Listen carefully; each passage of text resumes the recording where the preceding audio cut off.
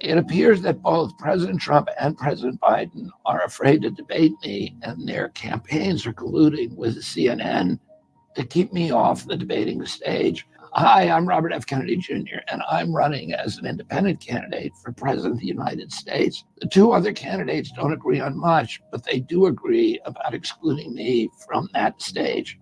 That's why the Washington Post reported on May 17th that, quote, Biden's advisors quickly let it be known that they had not agreed to any terms that could include Kennedy.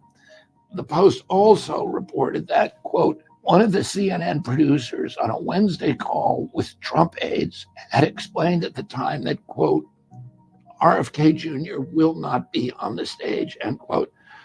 While I'm flattered to know that President Biden and President Trump are frightened by the prospect of debating me, shutting me out of that debate makes a mockery of democracy. It's not just about trying to silence me as a candidate. It's also an attempt to stifle the ideas that I represent that both of these candidates would rather not talk about. For example, the bloated $34 trillion national debt, which they both contributed to, the forever wars that they both support, the chronic disease epidemic that is debilitating our children and over which they presided, the toxic polarization in our country, which is tearing us apart and which both of them feed upon and profit from, and the corruption of the federal agencies, which neither of them knows how to stop, even if they wanted to. President Biden and President Trump know I'll come in with tough questions, which neither of them want to answer. And that's why they want to avoid debating me. Whether or not they succeed, I'm going to keep talking about these issues and making them visible to the American people, and I'm never going to back down. What I need right now is a megaphone to broadcast these ideas on and off the debating stage, and I need your support to get that megaphone. Please donate to my campaign as much as you can today. Let's show the Democrat-Republican duopoly that we're not going to be silenced. The election's only months away, so please donate now.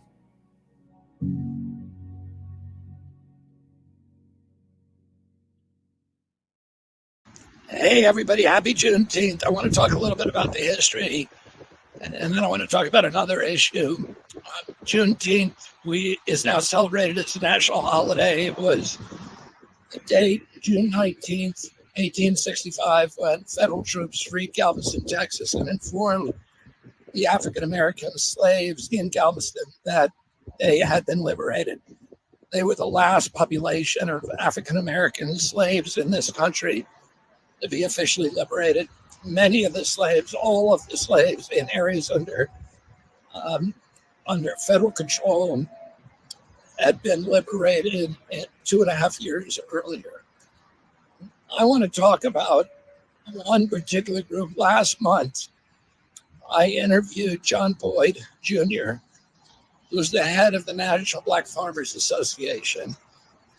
And the story that he told was a particularly sad one for me, because we hope and pray that we're all getting better in terms of offering opportunities to people of all races. But the number of Black farmers in this country has steadily declined. It's now down from over 1 million to about 42,000. Black farmers have lost 90% of their land in the last century, and they represent a tiny, tiny percentage of the 3.5 million farmers in this country. All American farmers, family farmers, now are facing a hardship in our country. Black farmers have faced other obstacles, particularly in the United States Department of Agriculture, has been very bad about discriminating against Blacks and a federal loans program for farmers. And until recently, there were people who rented farmers systematically and deliberately denying loans to small farmers. And that's one of the reasons that Black farmers were wiped out. John Boyd and his organization won a lawsuit that actually evaluated the exact number of loans that Black farmers were entitled to during that period of discrimination when these individuals had been in charge of the department. And the number was about $500 billion. So they won that lawsuit. The court awarded the lawsuit. But Congress has never appropriated that money. The loss of Black farmers in this country is not just a civil rights issue, it's an environmental justice issue, and it's a farm issue. It's small farmers in general are under attack in this country. And that's something that I intend to remedy when I get in the White House. The USDA, which was created to make sure that small farmers stay on the land, functions exactly the opposite. It is now the indentured servant of big agriculture, the processed food industry, the big combines like Monsanto and Cargill, and their job is liquidating the land for cash. They destroy the soils. They're giving us commodities instead of food. And the Black American farmers are the spear tip of the destruction of the family farm in this country. And I'm going to give particular attention and focus to that when I'm president. So I want to wish all Americans a happy Juneteenth. Let's remember the accomplishments that we've had, and let's look forward to a future of equal opportunity for all Americans. Thank you.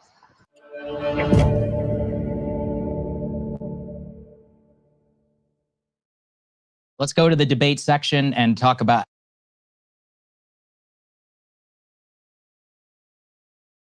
You say that you're a Democrat, but you're getting a lot of support from a lot of leading voices on the right, like Steve Bannon, Tucker Carlson, Alex Jones, former President Donald Trump. Many Democrats fear that you're a spoiler in the race, that you will damage President Biden in the primary and grease the skids for former President Trump to return to the Oval Office. This week, former President Trump said about you, Kennedy is smart and he's a common sense guy. What kind of man do you think Donald Trump is? Well, here's what I'm not going to do in this race. I'm not going to attack other people personally. I don't think it's good for our country. And I think, what I'm trying to do in this race is bring people together, is to try to bridge the divide between Americans. And guess what? When my dad died and we took this train ride from, this 7.5-hour train ride that was supposed to be 2 hours, I was with him when he died in Los Angeles. And then we brought his body from New York, Penn Station to Union Station and Washington, D.C. And it was a 2.5-hour ride, but it took 7.5 hours because there were 2.5 million people on that train track. And it was the cross-section of America and all of the major urban stations in Trenton, Newark, Wilmington, and Baltimore. There were Black Americans singing Battle Hymn of the Republic. There were whites in the rural areas who are holding up signs, "Goodbye, Bobby, pray for us, Bobby," American flag, standing, saluting. 4 years later, and they had supported my father in the primaries in 1968. 4 years later, in 1972, they were not supporting my father, and they were not supporting George McGovern, who was aligned with my father on all these issues. Instead, the vast majority of them were supporting George Wallace. And, my father was able to harness these populist energies. In the last day of his life, he won the most rural state in this country, South Dakota, and the most urban. He was able to bridge the divide among people who would otherwise be Republican, but wanted somebody who was common sense, who was able to appeal to their idealism, who was able to find the hero in each of them, who was able to get them to transcend narrow self-interest and see themselves as part of a community and part of this, incredible American adventure in modeling self-governance for the rest of the world. And so I'm proud that President Trump likes me, even though I don't agree with him on most of his issues, because I don't want to alienate people. I want to bring people together. I'm proud that all these people like me and that I have independent supporters and Democratic supporters, and that I'm able to bring a lot of people. Every Democrat says, I want to end the polarization. But how do you do that without talking to people who don't agree with you? How do you do that without appealing to people? My purpose is to find the issues, the values that we have in common, rather than, focus on the issues and the personalities But that keep us all apart. As a lifelong Democrat, as you just said very passionately, will you pledge to support whoever the Democratic nominee is, whoever it is, whether it's you, whether it's President Biden? Oh, of course I'm not going to do that. I'm not going to do that. No, of course I'm not. So Listen, if you don't get the nomination, you won't support President Biden? I don't know what I'll do. Let's see let's see what happens in this campaign. Let's see, if people are living up to democratic values and having debates and having discussions and, talking to each other, but I'm not going to And if you buy. feel that's not happening, would you then support a Republican or run as an independent? You know what? My plan is to win this election, and I don't have a plan B. Okay. We are in Chicago, which will be the host to the Democratic National Convention next summer. It is also where President Biden came today to unveil his economic blueprint. He's calling it Bidenomics. The economy is a huge issue with voters of all stripes across the country. And that leads to our next question from George, a home builder and contractor in the Chicago area. Hi, George. Hello. Everywhere I look, prices are sky high, from gasoline to groceries to building materials. Inflation and the uncertainty which it brings with it is damaging our economy. What is your plan to reduce inflation? Yep. Thank you, George. I have a long-term plan and a short-term plan, but the current plan, which is to raise interest rates dramatically, and to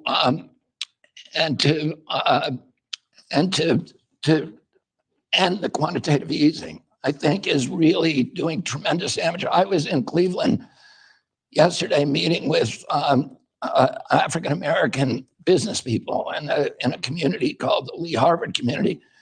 And one after the other, they were getting up and telling me, one of them was a woman who had operated for 4 generations, 80 years, a sausage company that was very, very successful.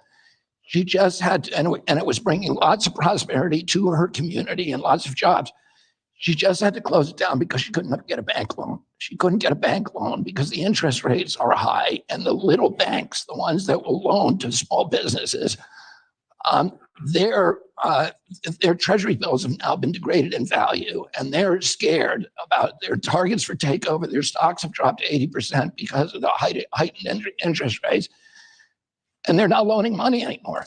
And there's no money available to people who need it. And so, what we've done, we've sandbagged Americans. You're right. And why do we have inflation? We have inflation because of the continuous wars. Wait, what specifically would you do to lower inflation? Well, number one, I'm going to wind down the American empire and start. We've spent $8 trillion on the Iraq war and the wars that followed. And we spent $16 trillion on the pandemic. On the lockdown. The lockdown cost us $16 trillion, and we got nothing for it. We got nothing for the Iraq war. We end up killing more Iraqis than Saddam Hussein. But I'm talking about what people are in the grocery stores tonight. What are you going to do to bring down the prices of the food and the gasoline that they're paying for, in the immediate future? Well, the only way that we can do that is by reducing inflation. And inflation is not going to be reduced overnight. What we need to do is stop spending money on things that we can't afford. We're borrowing now $1 billion a day from the Chinese and the Japanese in order to fund the debt. The debt this year is going to cost us $660 billion, more than $500 billion just the service on the debt. We're not going to end that problem overnight, but we got to recognize that we've got to stop. We've got to stop. We're sending $113 billion to the Ukraine. The entire budget of CDC is $12 billion. The budget of EPA is $12 billion. Well, 57% of Americans could not put their hands on $1,000 if they have an emergency in their family. 25% of Americans are hungry. Oh, I have a friend who was on food stamps. He's a commercial fisherman. He's worked his entire life worked to the bone, created a business, gave it to his son-in-law. And he was injured. He's on permanent disability. He was getting food stamps $283 a month. And those food stamps are now worth a lot less because the inflation from paying for the wars caused 76% rise in dairy, milk, and eggs over the past 2 years. On March 1st, he got a robocall from the government saying that his food stamps are being cut by 90%. So he was getting $283 a month, which you can't feed yourself on $9 a day. He's now getting $23 a month, trying to feed himself on 80 cents a day. That same month, 30 million Americans got that call that month in March. Another 15 million had their Medicare cut. That same month, we printed $300 billion to bail out the Silicon Valley Bank, and we topped off Ukraine at $113 billion. We have money, plenty of money for the big shots who need their bank bailouts and for any war that comes along. But if you took that $113 billion that we've given to the Ukraine and spent it here, we wouldn't have to cut $1 from food stamps for that 30 million Americans. And we're acting like an alcoholic who's, behind on his mortgage, and he's taking the milk money and buying rounds for strangers at the bar and thinking he's making permanent friends. And all of these money that we're spending on the military is not making us safer, and it's not making us friends abroad. We spent $8 trillion on these wars in Iraq during that same, and Yemen and Pakistan, Afghanistan, and Libya and Syria.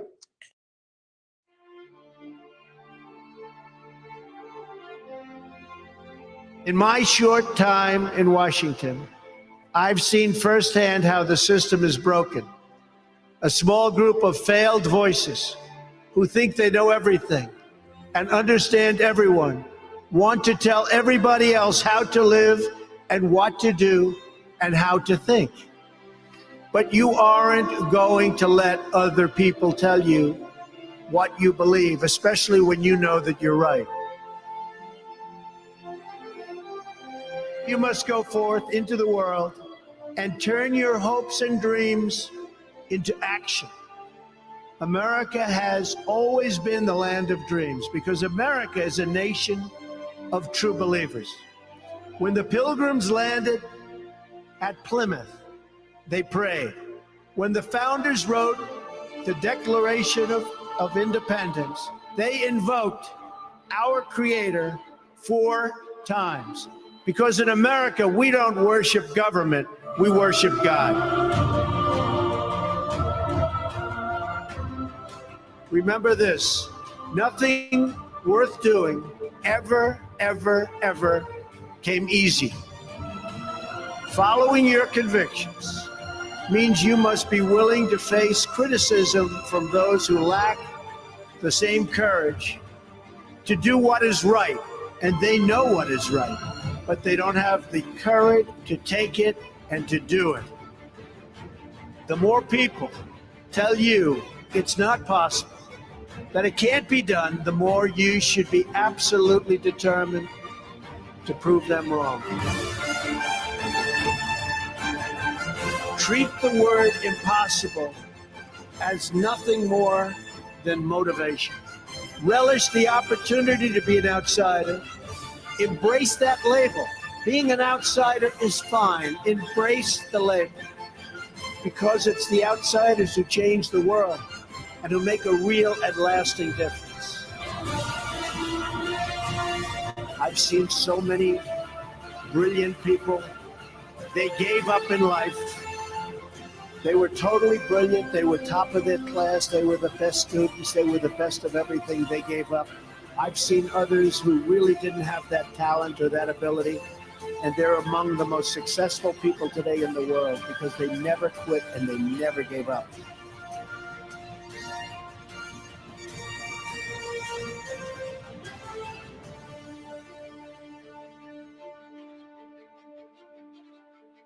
So just remember that. Never stop fighting for what you believe in and for the people who care about you. Carry yourself with dignity and pride. Demand the best from yourself and be totally unafraid to challenge entrenched interests and failed power structure.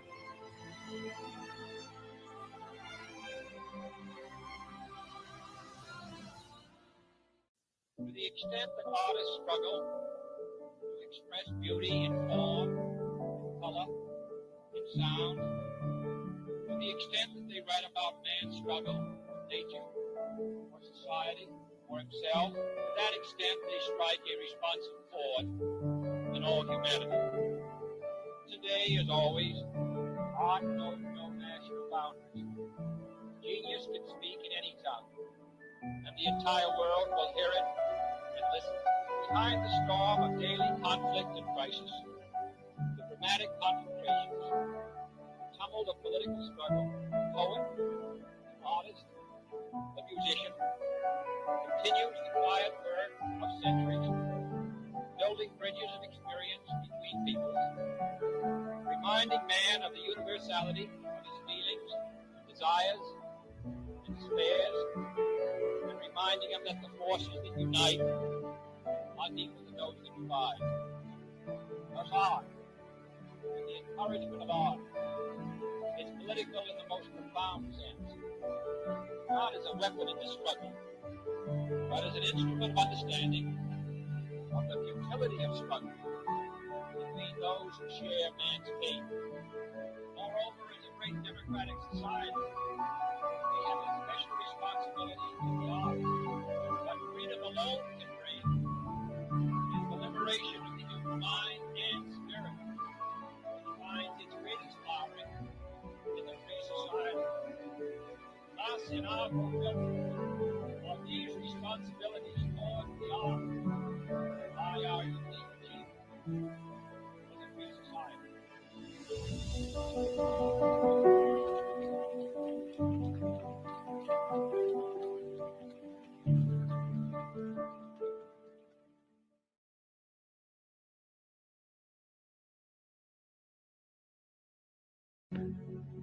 You want to talk about a fighter? This is the most resilient human being I've ever met. If you see the shit this guy's going through publicly every day, and I'll call him on the phone as a friend and be like, hey, you good? How you doing? Unfazed. Like nothing's going on. Look at all the stuff that's gone on with Trump, all the bad stuff that they say. They're trying to attack him. They're trying to ruin him. Unfazed. That guy's, walking He through does fire. not get rattled. He will walk through fire. He's an absolute savage.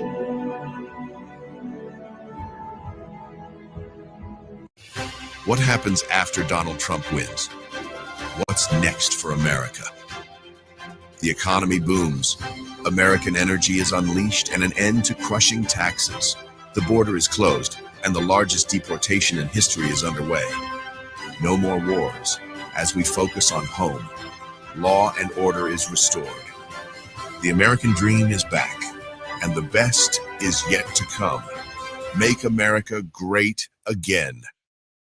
Despite the fact that you are right up there in all these polls, you have been turned down repeatedly for Secret Service protection. With your name and your family history, how and why are you being declined? We're not really told details. We've made 3 separate requests. One of those requests came at a time when I had, when there were incidents, including a man who came to one of my speeches armed to the teeth and asked to see me in the green room. And that man is now at large on the street. My house has been invaded twice, and those people remain at large. There's over 33 presidential candidates who have been given Secret Service protection early. In other words, statutorily, they have to give it to me at 120 days. But my uncle received it 414 days from President Carter. They didn't like each other, but President Carter was a gentleman and was a responsible leader. And he made a decision that even though I don't like Ted Kennedy, even though he's running against me in my own party, it's not good for our country to weaponize the federal enforcement agencies and punish people who run against you by not giving them adequate protection. So it seems like the DNC is weaponizing all of these federal agencies, from the FEC to the Secret Service to every other three-letter agency that you can imagine, for political reasons. And that's not good for our country. We're supposed to be the exemplary democracy in the world. We're not supposed to be a banana republic. Robert F. Kennedy Jr. is slamming what he says is a heinous double standard after a congressional advisory panel voted yes to awarding GOP candidate Nikki Haley with Secret Service protection, but not RFK Jr. Kennedy wrote on X of this move, "While I'm happy she'll be protected and publicly supported her request, double standards abound. My campaign first requested Secret Service protection in May of 2023 with a 63-page declaration. We still have a current request pending." Kennedy continued, "My request is the first time in 55 years a candidate has ever been denied. The Biden administration is the sole outlier to turn down a request for Secret Service coverage." The process for getting Secret Service protection involves a panel of actually congressional leaders getting together and deciding whether to recommend this protection. And then the ultimate decision is made by Homeland Security Secretary Alejandro Mayorkas, who has denied it to RFK Jr.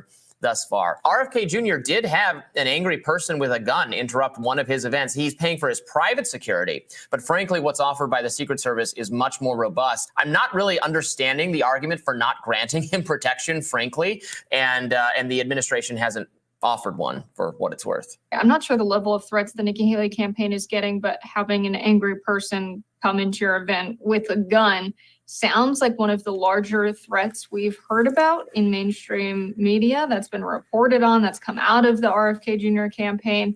In terms of like other presidents like Obama, Herman Cain, Trump getting Secret Service early, it makes sense that there are some cases where the threats are so big that the standard 120 days out from a general election for presidential and vice presidential candidates just doesn't apply because, we'd rather keep those candidates safe. It's good for our democracy if our candidates can live on to election day. But in the case of Nikki Haley, I mean, her favorability rating is 33%. RFK Jr.'s is 52%. Do people hate her way more? We have no idea what threats she's getting and the level of those threats. How real are they? How close do they get to actually harming Nikki Haley? In the case of RFK Jr., it's possible he's receiving very serious threats or would be in more danger if he didn't have his own privately hired security. They could be acting as a deterrent. I think you're right that it just makes sense to grant the major candidates that are still in the race at this point access to Secret Service resources. I can't understand why they wouldn't give that protection to RFK Jr. as well, given what he's experienced, given the Kennedy name. People, there could be crazy people out there who have an axe or a conspiratorial axe against the Kennedys for various reasons. There's obviously a history of political violence against members of his family, his father, his uncle, etc.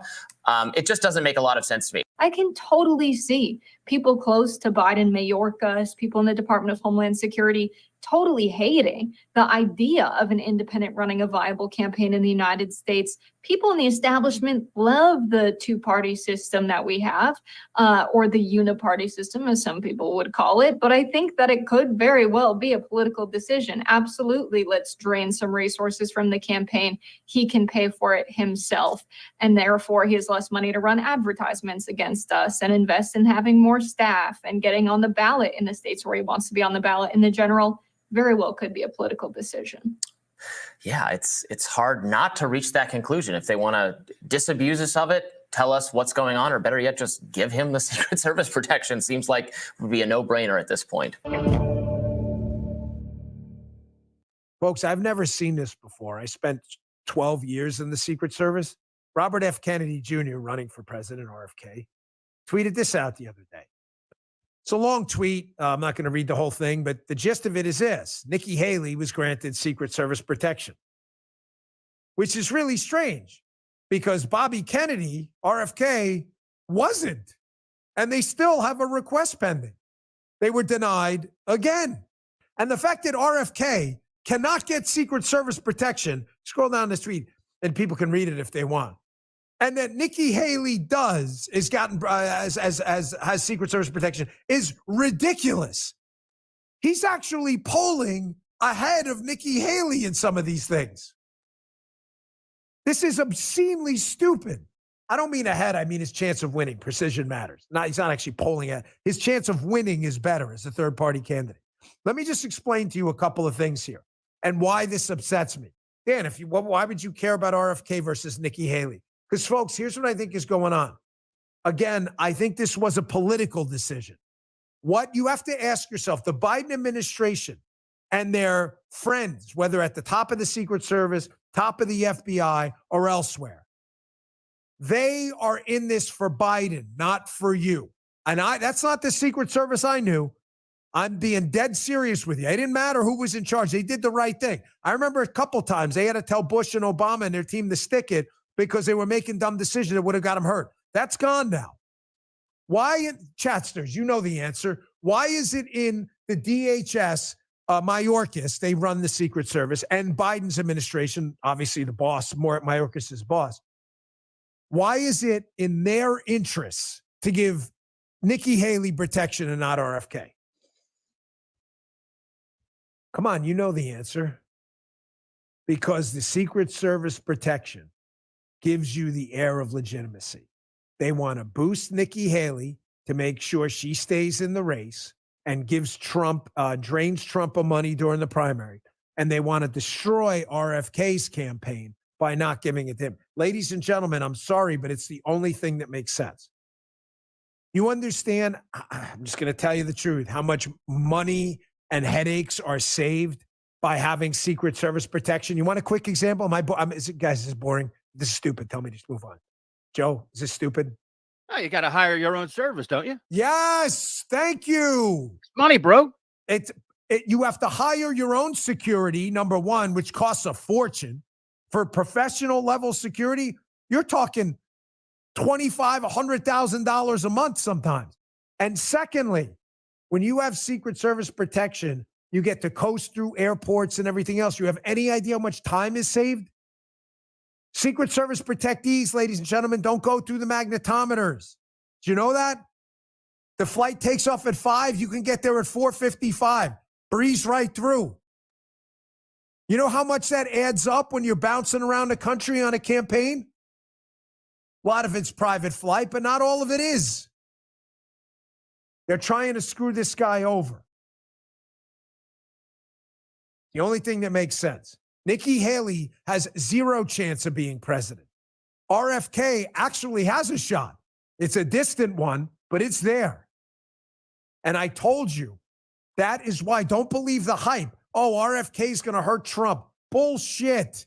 Why are they trying to get him out then? He's not going to hurt Trump. He's going to hurt Biden. That's why they're trying to hurt him. Very nice. Wasn't that nice? So this was a great evening, and I want to thank everybody in the audience, and I want to thank the people that are standing behind me.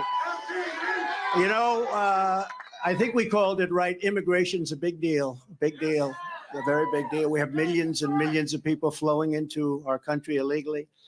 We have no idea who the hell they are. They come from prisons and they come from mental institutions, and it's just killing our country. And I'm talking about millions and millions and millions.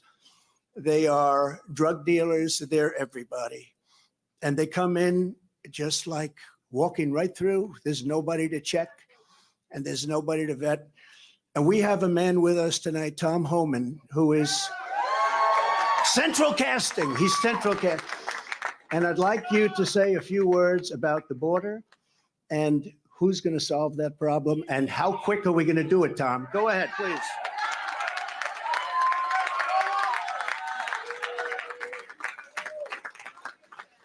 Look, I worked for 6 presidents down around Reagan, and every president I ever worked for did something to secure the border. But no one did more than President Trump, the most secure border in my lifetime. The most secure border we've ever seen. And Donald Trump's going to do it again. We're going to lock the border down, and we're going to protect Americans. Because what's happening at the border right now, a record number of Americans have died from fentanyl poisoning. Record number of migrants have died. A record number of women and children have been sex trafficked. A record number of known suspected terrorists across the border. There's one man who's proven he can secure the border, and he's standing to my left, Donald J. Trump. He's going to do it again.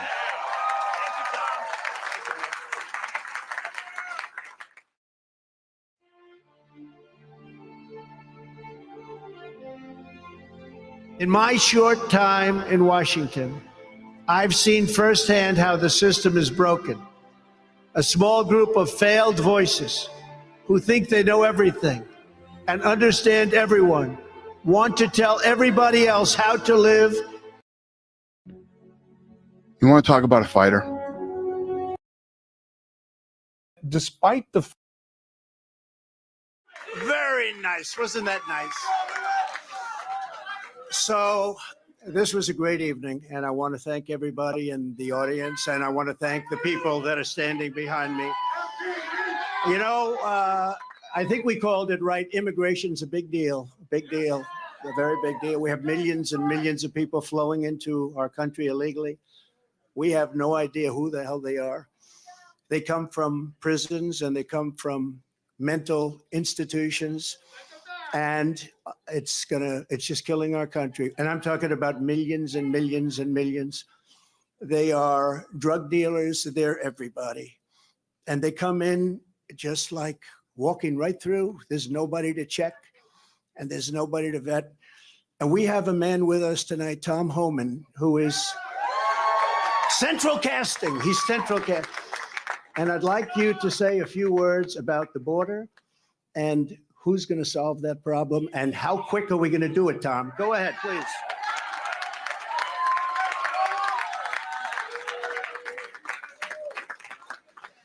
Look, I worked for 6 presidents down around Reagan, and every president I ever worked for did something to secure the border. But no one did more than President Trump, the most secure border in my lifetime. The most secure border we've ever seen. And Donald Trump's going to do it again.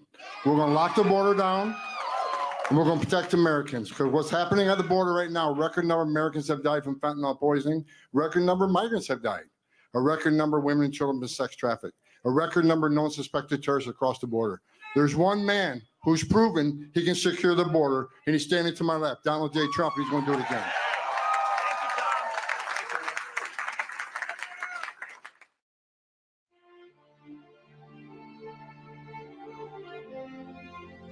In my short time in Washington, I've seen firsthand how the system is broken. A small group of failed voices who think they know everything and understand everyone want to tell everybody else how to live and what to do and how to think. But you aren't going to let other people tell you what you believe, especially when you know that you're right. You must go forth into the world and turn your hopes and dreams into action.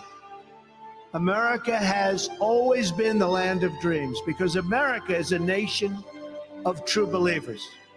When the Pilgrims landed at Plymouth, they prayed.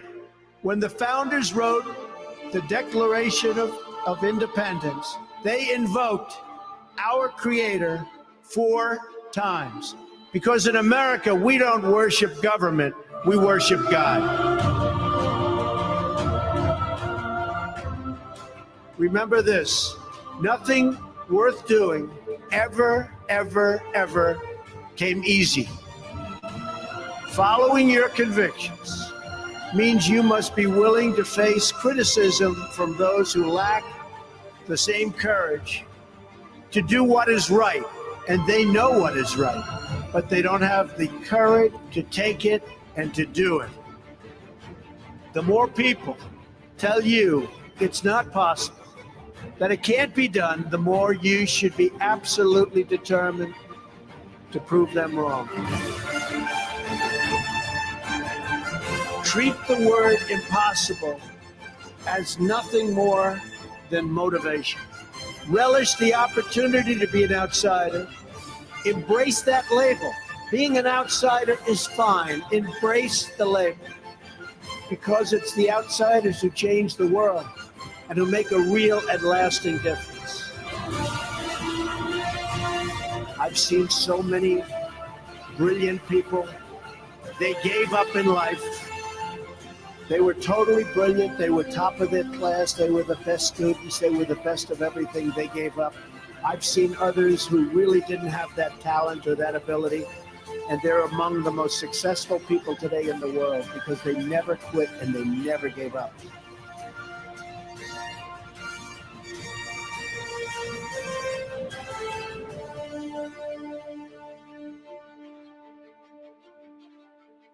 So just remember that. Never stop fighting for what you believe in and for the people who care about you.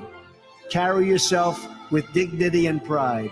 Demand the best from yourself and be totally unafraid to challenge entrenched interests and failed power structure.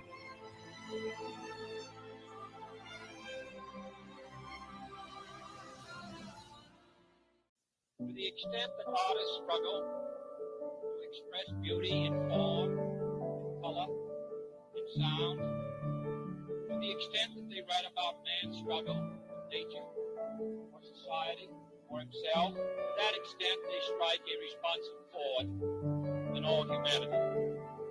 Today, as always, art knows no national boundaries. Genius can speak in any tongue, and the entire world will hear it and listen. Behind the storm of daily conflict and crisis, the dramatic confrontations, the tumult of political struggle, the poet, the artist, the musician, continues the quiet work of centuries, building bridges of experience between peoples, reminding man of the universality of his feelings, desires, and despairs, and reminding him that the forces that unite are equal to those that divide.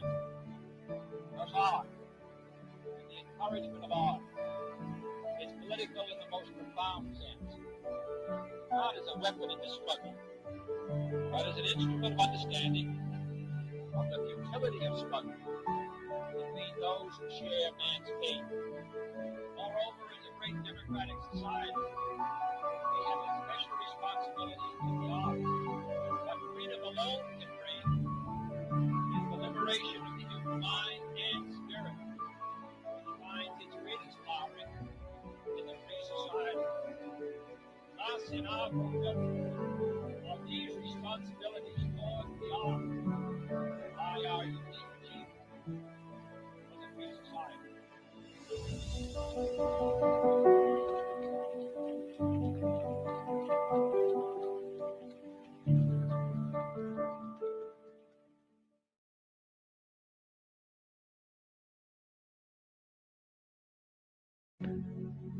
You want to talk about a fighter?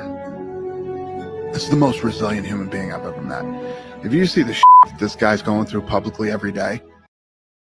Despite the fact that you are right up there in all these polls, you have been turned down repeatedly for Secret Service protection. With your name and your family history.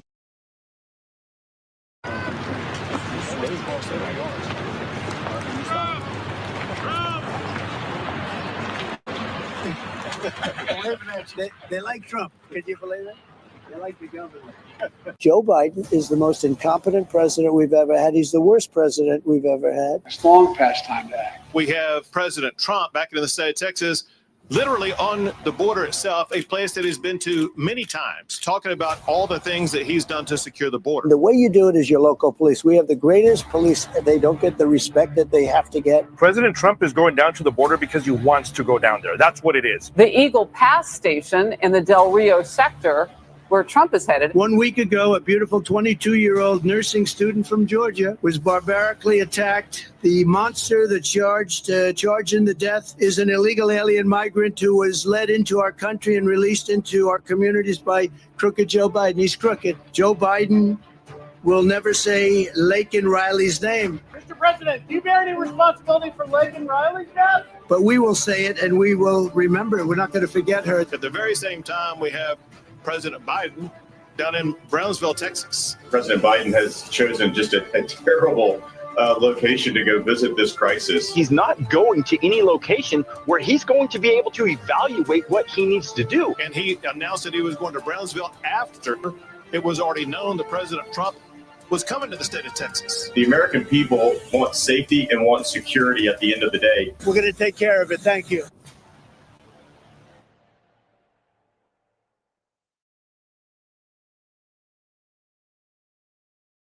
You went down to the border and looked at it firsthand. What did you see? I thought I would see a lot of people from Latin America and Central America. But the first group of 110 were all African. There were 2 more busloads. The buses are owned by the Mexican drug cartels. There were 55 people on each bus, and I interviewed each one. They were from Azerbaijan, Uzbekistan, Kazakhstan, Afghanistan, Pakistan, China, Tibet, and India. So there was only 2 families the whole night from Latin America, and they were the only 2 families who had legitimate asylum claims. The Border Patrol no longer patrols the border. They've become essentially travel agents. They're put on a plane within 4 days to any destination that they want in the United States. If they do not have money for a plane ticket, the Border Patrol buys them a plane ticket. The Mexican drug cartels are now running U.S. immigration policy. Everybody who came across the border that night knew exactly what was going to happen. The Mexican drug cartels are advertising on TikTok and on YouTube all over the world and saying, you give us $10,000 or $15,000 and we will get you in the United States. The people who are coming through are given a court date 7 years in the future, but they are in a limbo status. Well, they can't legally work. And so they become targeted by unscrupulous employers who hire them usually on construction sites for $5 or $6 an hour, which they can't live, so they're still sleeping on the sidewalk. And they're dampening the pay for American construction workers, unionized construction workers. There are 7 million that have come across over the past 3 years, and it's crushing our country. I worked with Cesar Chavez during the last 20 years of his life on pesticide issues. But the other big issue for him during that part of his life was closing the border, because he saw what the migration was doing to reduce the leverage of legitimate farm workers to demand decent wages and conditions in their employment. That they're absolutely devastating the social safety net. The people who believe that this is the right thing from a humanitarian point of view, it's a humanitarian crisis. Joining us now once again to talk about the border, maybe a little energy, a little Bitcoin, is independent presidential candidate Robert F. Kennedy Jr. Mr. Kennedy, good to chat with you again. We appreciate you coming on. You recently visited the southern border as well. I think much less of a scripted, sort of staged thing as we probably saw today. What's the reality at the border? It's actually surreal, Brian.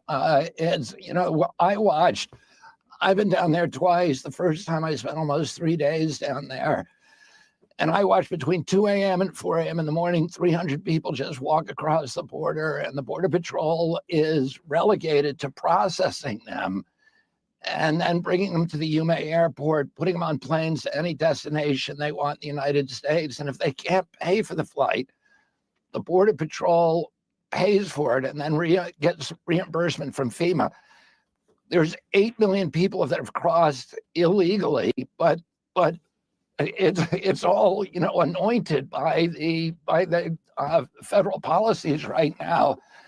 We've adopted this catch and release program rather than the catch and return program, Mm-hmm. and we've abandoned the Migrant Protection Act, which kept asylum seekers in Mexico while their asylum claims were being processed. It's infrastructure issues. There's a problem. There's problems with personnel, but the biggest problem is a policy problem that could be reversed by the Biden administration literally overnight. Talk to us more about this, because you are a lifelong Democrat. You're running as an independent, and that's why it's so important to get your view on this. Okay, you also live in Southern California, so you see immigration, both legal and illegal, pretty much every day. And you probably heard my sort of off-the-cuff reference coming into this piece, Robert, which is that the border bill, while it may be critically important for funding border operations going forward, tell our audience right now that it has nothing to do with what has happened, correct? It is a political sort of red herring. I mean, listen, I've watched in New York City. I heard the report, earlier on preceding my piece where I forget what the reporter was saying, but she was your financial reporter, saying that the immigration has actually helped inflation in this country, but that ignores the actual direct impacts of this huge influx of immigrants on our social service systems, on our social safety net, and on local economies. New York City is cutting police by 5%. They've cut the fire by 5%. They've cut sanitation and education by 5%. They have encampments for migrants on their playing field so that kids, who could not play their sports during COVID now can't play their sports because there's migrants on the playing field. It's insane to try to make the argument that this is a good thing for our country. There's no way that you can make an argument for it. It is all around. We have the Mexican drug cartels running America's immigration policy. Who can say that that's a good thing? Well, that's why I think there's not. And I talk to the immigrants. The immigrants aren't, the people who are coming over have been exploited, extorted, robbed, raped. They come over here, they're exploited by they can't work legally. They're exploited by unscrupulous employers who are paying $6 or $8 an hour, and those employers, contractors in New York City, are competing against union shops.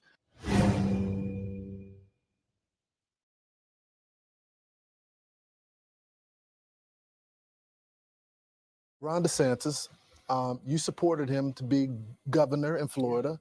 You tell the story about how you thought that in return he should have supported you. It's a loyalty thing for you. Anyway, he decided to run, but now he's getting out of the race. Yeah. My question to you is there a moment where y'all can come back together? Because y'all really were friends before.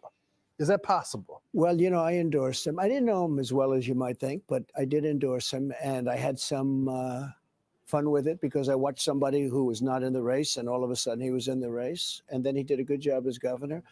So I was happy with that. But I was disappointed when they asked him whether or not he'd run, and he said, I have no comment. Because to me, when you say no comment, that means you're running. And we took it, I think I took it quite seriously. And it doesn't matter now because he got out. So that's water under the bridge now between you totally. and As far as I'm concerned, look, he endorsed me. He endorsed me. And we have policies very similar, actually. I think those people will all come to me. Brentwood home of Robert F. Kennedy Jr. You can see it sprawling down below here. This is where an intruder was arrested after twice trespassing on the gated property. Police say the suspect climbed over the fence yesterday morning, was arrested, released only to return again. He is being held on $30,000 bail. It's not known if Kennedy was home at the time. Kennedy, an independent presidential candidate, has refused Secret Service protection. He's asked for it, and it hasn't been given to him. However, his personal security team had told the Secret Service the suspect has been obsessed with Kennedy.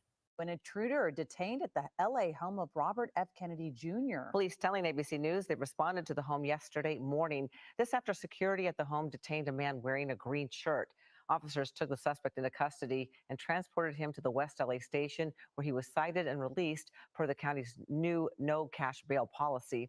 It is the latest scare for the presidential candidate. An intruder was reportedly arrested at Kennedy's home over the summer. And last month, the man allegedly tried to pose as law enforcement at one of his events. Hello, I'm Mark Brown. Get more great ABC7 content by clicking the subscribe button for our YouTube channel and download the ABC7 Los Angeles streaming app on Fire TV, Android TV, Apple TV, and Roku to watch on your TV. Cops have released the name of the man as Jonathan Matched and say he was served with an emergency protective order after he was cited for the first trespass arrest. He then violated that order when he returned, getting arrested for the violation as well as trespassing again. Kennedy's campaign just put out a statement about the incident, saying the man gained access to his property after climbing a fence and asked to speak with Kennedy. The statement also reveals Kennedy was home during the first and second incidents. What's more, Kennedy's team says they've alerted Secret Service about the obsessed individual several times in recent months, but Kennedy still hasn't gotten SS protection. Law enforcement sources tell TMZ the same guy returned to the home early Thursday morning around 1:30 a.m. and was arrested again, this time for violating a court order. A scary situation for Robert Kennedy Jr. and Cheryl Hines, as a man attempted to get inside their home, prompting a security and police response to get him into custody. Law enforcement sources say they got a burglary call to the Brentwood property Wednesday morning, around 9:30 a.m. It's unclear what the man was trying to do or what he said, but we're told Kennedy's security was home and able to subdue the guy until cops arrived. Our sources say Cheryl was home at the time of the incident and saw the guy in her yard. But it's unclear if Robert was also home. We're told the whole thing was handled quickly. It was about 2 weeks ago when Kennedy Jr. declared his independent candidacy for the 2024 presidential election, ending his Democratic primary campaign. Robert and Cheryl have been married since 2014 when they got hitched at the Kennedy compound on Cape Cod. We reached out to a rep for Kennedy. So far, no word back.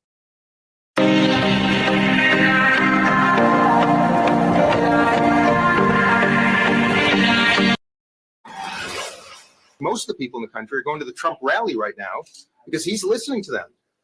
No one's asking about this stuff.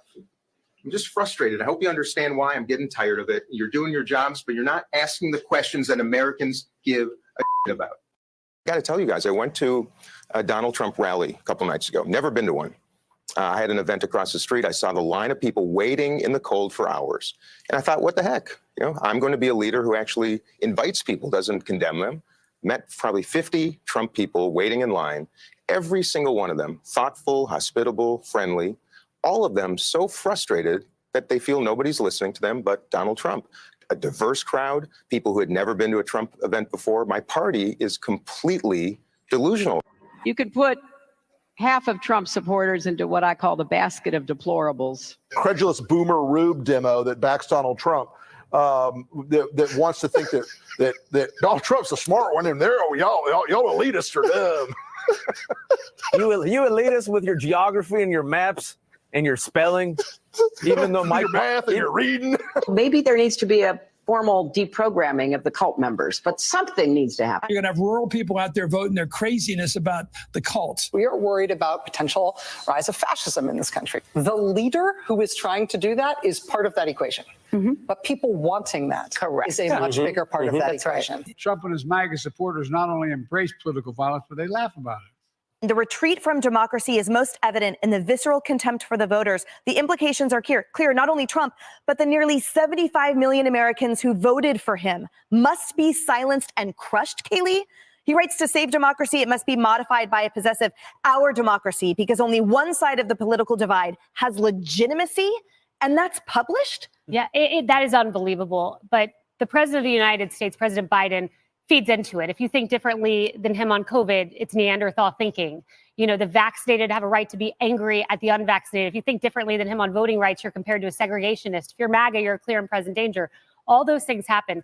You know, I saw Congressman Dean Phillips in New Hampshire, and I went up to him and I said, I just want to thank you. I want to thank you for saying what you said. And think about what he did. He came out of his event. He is a Democrat.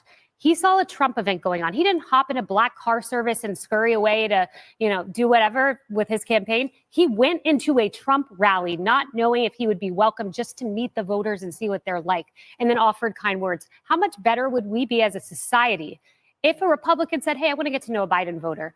If a Biden voter said, hey, I want to get to know a Haley voter, or I want to get to know a Trump voter, we could dispel of this divide and get back to the commonality we have as American citizens first.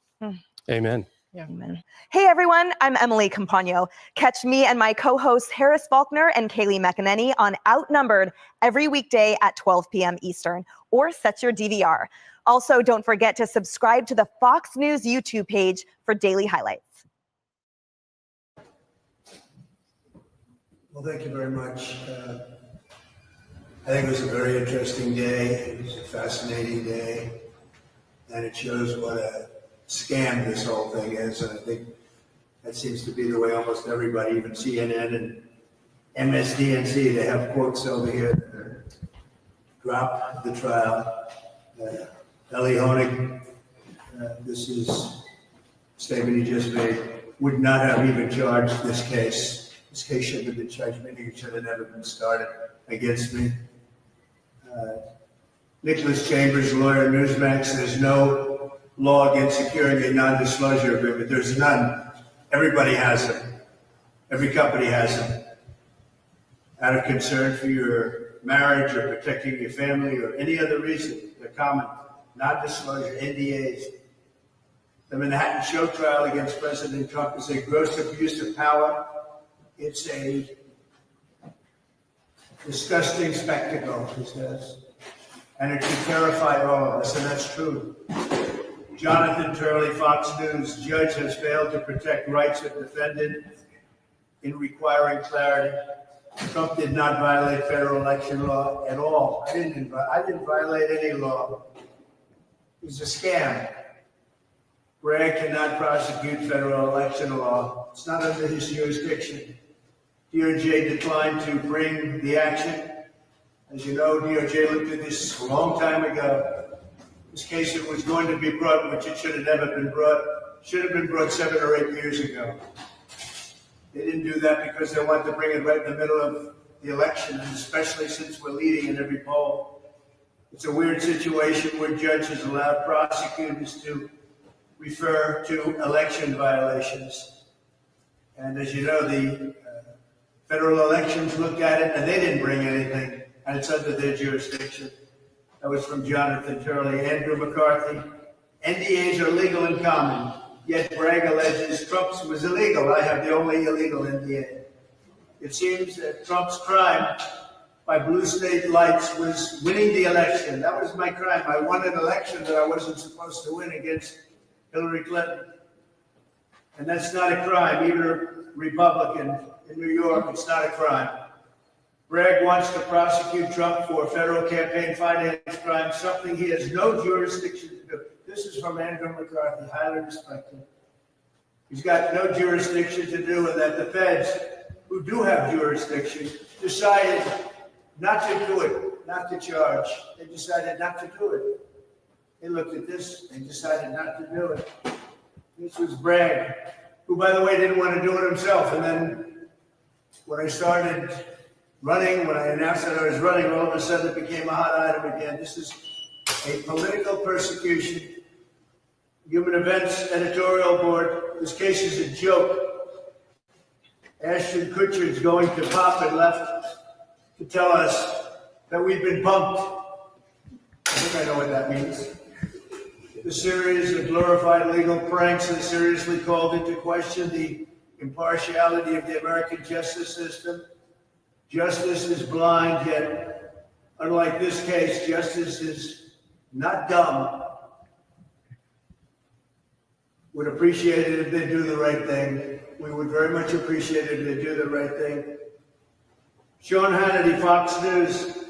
How did they come to this legal theory? Shows there is a problem with our legal system. We're supposed to believe in equal justice under the law, and this is not happening in America. Michael Goodwin of the New York Post, highly respected media obsession about the partisan show trial of defendant Donald Trump is obscuring a far more significant truth about him. Candidate Trump has opened up his biggest lead in the presidential campaign. Polls of battleground states, along with such evidence and such other evidence as the enormous turnout of over 100,000 people in New Jersey rally this last weekend, and dispirited concessions by Joe Biden supporters signal that we've reached a turning point in the battle for the White House. It's all a big disgrace. It's all political. Jason Cohen, the Daily Caller, respected voters told MSNBC the cases have increased their support for Trump. They went out to the voters and they said, we like Trump a lot better now because they see what's happening with this horrible witch hunt. It said, I've talked to many people who formerly identified as a Democrat. A certain voter, I won't use the name, but said they have changed their political persuasion to independent and are now looking forward to voting, very forward to voting for Donald Trump. These are people that were Democrats and they're looking to vote for Donald Trump. Trump support with the black men has surged in all 7 battleground states by large numbers. CNN chief national. Under my administration, black Americans prospered like no time in the history of our country. We achieved the lowest African American unemployment rate ever recorded. That's a big stat. That's 1.2 million African Americans lifted themselves out of poverty on the strength of the Trump economy, the most in more than a century. Think of it. It's never happened like that before. Black Americans saw their largest increase in home ownership ever recorded. These are things that happened during this 4-year period, Wesley, right? All of it. The black labor force participation rate reached its highest point in a generation with Senator Scott. Tim Scott came to my office. I'll never forget it. I have an idea, he said. We created opportunity zones which drove billions and billions of dollars in wealth to revitalize our most distressed communities, especially in the inner cities. I think it's the greatest economic development program maybe ever, and people don't talk about it. But that was done by Tim Scott, and then he came to see me, and we got it done, and it's been incredible. I got record funding for historically black colleges and universities. You know, the first year I saw like 45 guys come up. They're the heads of most, I think, guys, one wonderful woman, actually. They were the heads of the colleges. And I said, so what are you doing? They said, we come up every year to ask for help, funding. And I said, all right. I didn't think much about it, but I got it for them. The second year they came up and I said, what are you doing here? Well, we're back again. I said, you have to do this every year? They said, yeah, every year we come up. We never have funding, so we always come up and ask for funding. And one of them said, I feel like a beggar. I come up, I feel like a beggar. We do a good job with those incredible schools, but I feel like a beggar coming up. I said, ooh, that's tough. And sort of then forgot about it as we did. You know, I was focused on Russia hoax and lots of other things, right? That we won. There was no collusion. I could have told them that in the first minute, Ben. But the third year they came up, I said, okay, you're here to get money again, aren't you? Yeah, and they'd come over to the White House, and I got to know them a little bit, and they were fantastic. I tell you, in particular, like I had some guys in there that were phenomenal people. And I said, you're looking for money again? I said, I have an idea. Why don't we get you a 10-year plan where you have all the money you want? Give me a number, and I'm going to add some more onto it. And I'll get it approved. And I got it approved. And we took care of these incredible people. And I said, the only bad thing is that I like you guys. I may never see you again. It was very sad, actually. I said goodbye to them, and actually, I've never seen them again. They don't need me anymore. But Ben knows this. You remember that period of time. It wasn't that easy to get either. And I think a lot of the politicians in Washington use that as a lever to take advantage. In other words, every year they'd have to come up, and what are you going to give me now? They don't have to. They don't have to kiss anybody's ass anymore. I can tell you that. So we took care of that. A lot of people don't know that. Everybody on stage knows it, and we'll invest more in a second term. We're going to take care of them, and they really have. They've done a great job, and it's very tough. You're competing against schools that have billions and billions of dollars in endowments, and it's a tough deal. But they've done an incredible job under crooked Joe Biden. It's been nothing but it's really a catastrophe and a disaster. And you know it better. And I'm not saying this, and this is from the heart. It's been a disaster for Black Americans. Biden gave you a 3-year inflation rate of almost 39%. So over 3 years, didn't matter if you made a little bit more money. After inflation, you were way, way behind. The number of African-American families living in poverty has increased by more than 50% since the year one of his administration. Hard to say that his administration, because, you know, we got more votes than anybody in the history of a sitting president. We got millions more votes than we did in 2016. I was told by John McLaughlin and Fabrizio, the great pollsters, sir, if you can get 63 million votes, that's what we got in 16. There's no way you can be beaten. Well, we got like 75 million votes. I said, so I guess we didn't get beaten, yeah, but they said we got beaten. Now we're going to be watching very closely. Look, we have a country that's got a lot of things going on. We have an open border. We have bad elections. We have very, very bad elections. You have to have honest elections and strong borders, or you don't have a country. You don't have a country. The average mortgage payment is now almost 2 times as high, costing the typical family an extra $19,000 a year in mortgage payments from when I was president. You and your family cannot afford 4 more years of Bidenomics. He thinks it's a good term. It's a really bad term. Anything having to do with his name is bad. That's why this November, Black Americans are going to tell, you all watch The Apprentice, right? They're going to tell Crooked Joe Biden, you're fired. You're fired. Get the hell out of here.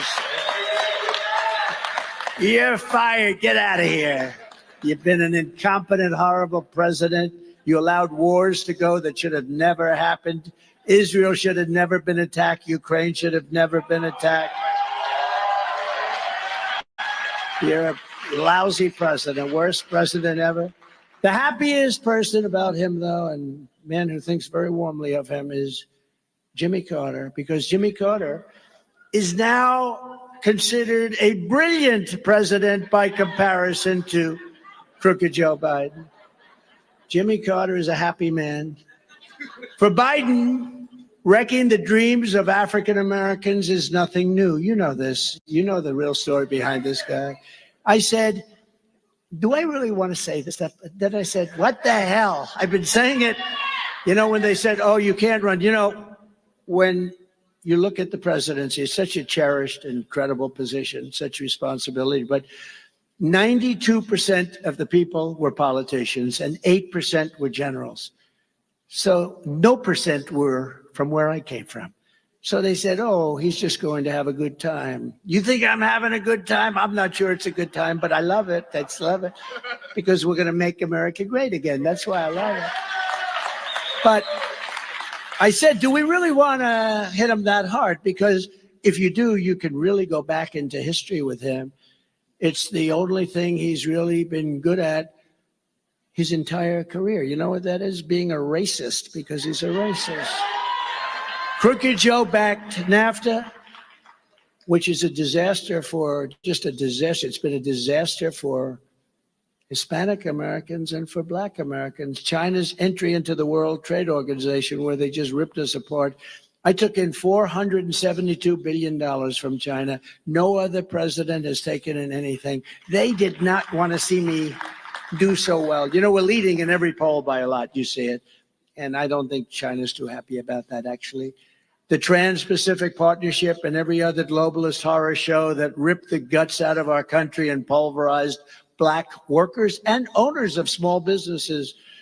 So to any Black voter who's thinking of casting your ballot for us for the first time, it might be for the first time, and probably is. It's amazing. What's happened in the last 2 years is actually amazing. And it's been based on results, real results. Just remember, you owe Crooked Joe Biden absolutely nothing. You don't owe him a thing, so do not feel guilty. Please do not feel guilty. I mean, the DNC is really misbehaving. They're really trying to block people. Yeah, they try to block you, right? They try to block me. They try to block Trump, and I'm not a fan of Trump's, but I want to be on a level, battlefield with him. I don't want to beat him because a court threw him out. I want to beat him because I'm able to make the argument to the American people that I should be president, and I have a debate and that kind of stuff. I don't think it's good for our country. I don't think it's good for the DNC. I think this persecution that the DNC has leveled, that people see that as unfair. Americans just viscerally are saying this guy is being attacked, and it's moving huge numbers of voters over to him because they're pissed at what the DNC is doing. Yeah. It's also terrible for America, who are supposed to be the exemplary democracy around the world. This is what they do in banana republics. Yeah. You don't want to run against the guy because he's popular. So you get a judge to throw him out. Yeah. That's a great comparison. And, it's not America. And they're doing the same thing to me. They're trying to make sure that nobody can vote for me, rather than having President Biden come out and say, here's why I think I should be a good president. Yeah. And here's why I think you shouldn't be. And let's have that discussion. Yeah. Not just say, you're not going to let me on the ballot. You're going to disenfranchise Americans so they can't talk to. Yeah. Okay. Let's go.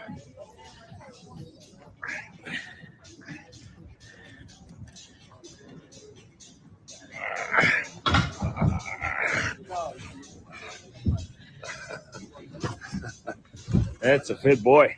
A lot of documents, key documents relating to your uncle's assassination continue to be classified 60 years later, even though almost everybody involved, not everybody, but almost everybody involved is dead for quite a long time. Do you believe that his resistance to escalating the war in Vietnam in the way you just described was a reason for that assassination? And would you intend to declassify all of those documents immediately upon being president? I mean, legally, they should have been declassified in 2016. Trump promised he'd do it, and then he never did it. Who knows why they didn't do it? That is a real mystery, because he doesn't like the CIA much. So I don't know why he didn't declassify them. Of course I would declassify them. If this is a 60-year-old murder, why are they still hiding stuff? Why is the institution, the CIA, still hiding material on my uncle's death?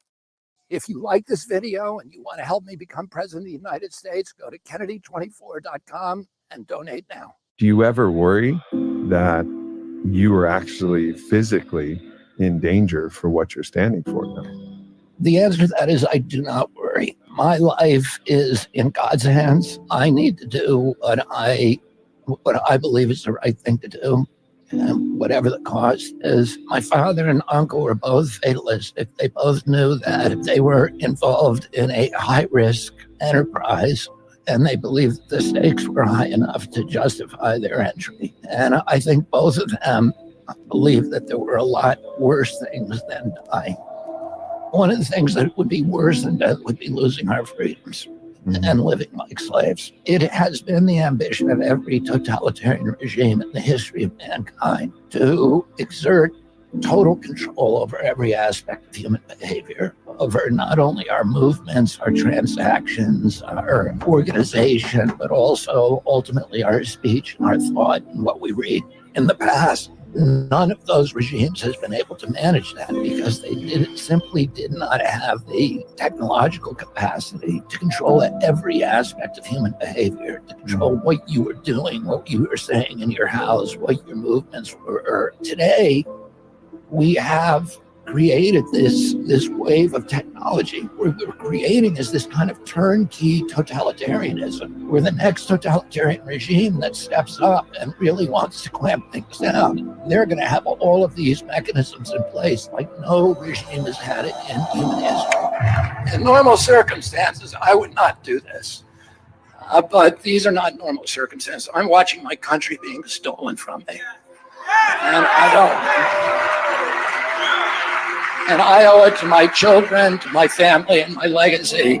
My father would say to us, when he came back one time from the Delta, we were all at the dinner table when he came in, and he said, I was in a tar paper shack today.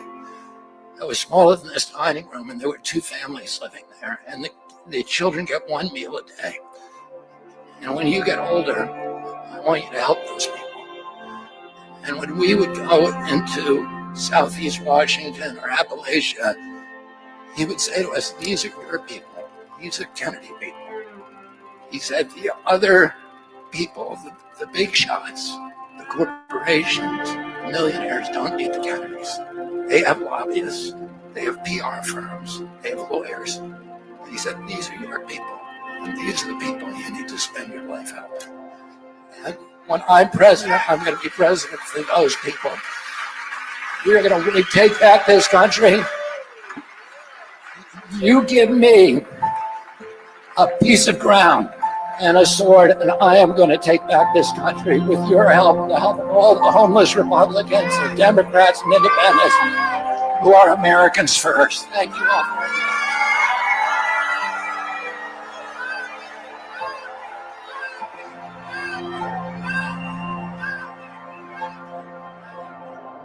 We need a revolution. I would say that, a peaceful revolution, and a revolution that, brings us back to the values that have been robbed from us over the past 40 years. That is the most important topic on earth, peace. What kind of a peace do I mean, and what kind of a peace do we seek? Not a Pax Americana, enforced on the world by American weapons of war. Not the peace of the grave, or the security of the slave. I am talking about genuine peace, the kind of peace that makes life on earth worth living, the kind that enables men and nations to grow and to hope and build a better life for their children.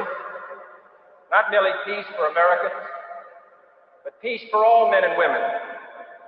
Not merely peace in our time, but peace in all time. The nation that led lockdowns was us, and we had the highest body count of COVID on earth. At the very start of the outbreak, we instituted sweeping travel restrictions on China and put in place the first federally mandated quarantine in over 50 years. Now, President Trump, in fairness, let me just make this point. We'll tell people, well, the lockdown wasn't my idea. It was my bureaucrats rolled me on it. I was saying we shouldn't do it. But that's not a good enough excuse. He was the president of the United States. You need a president at this time in history who can stand up to his bureaucracy.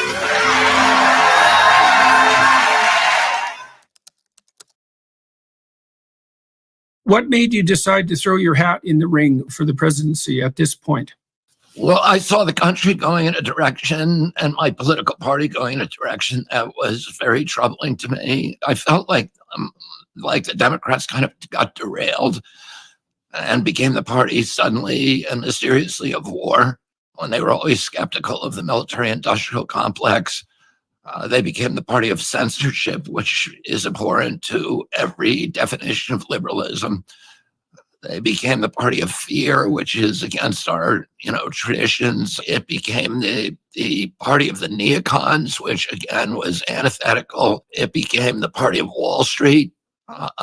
President Biden has surrounded himself with Wall Street and the party that had forgotten its roots in the middle class of our country and started regarding people, the cops, the firefighters, the union members, the people who were the bedrock of the Democratic Party as deplorables.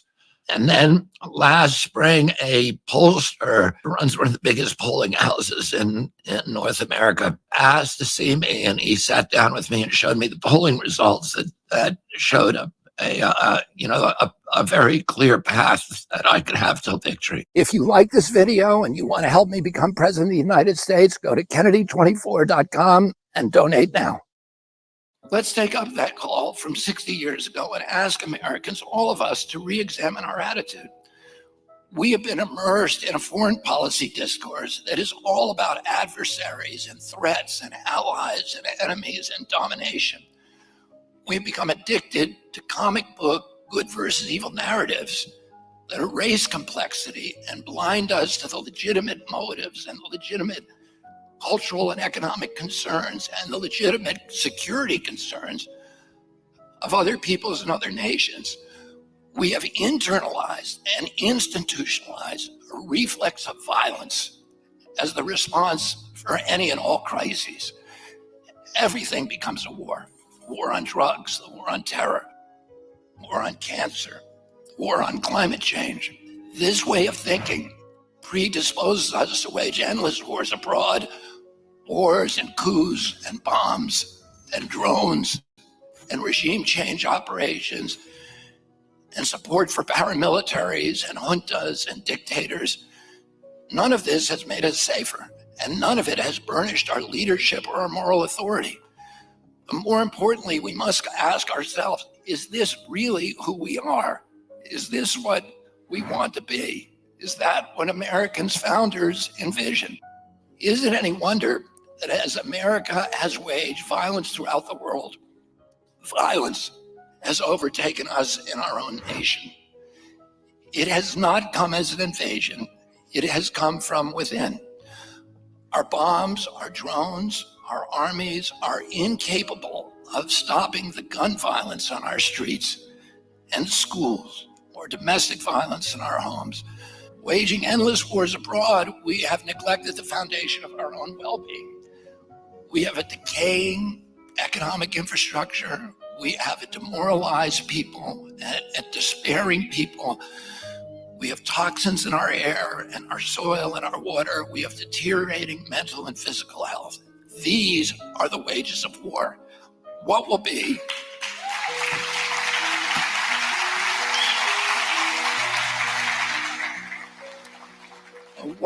the wages of peace?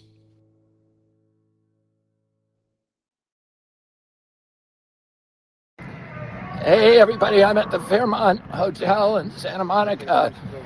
These are workers in the hotel on strike now, and they're on strike all over the city. Many of these ladies have worked for this hotel for over 30 years. They do not make enough money to live in Santa Monica or anywhere nearby. Many of them live, most of them, in Victorville or Palmdale, and they have a 2-hour commute both ways. And to save gas, many of them stay in their cars. During the pandemic, this industry got $1.5 billion from the federal government, and they let the workers go. The workers did not share in that.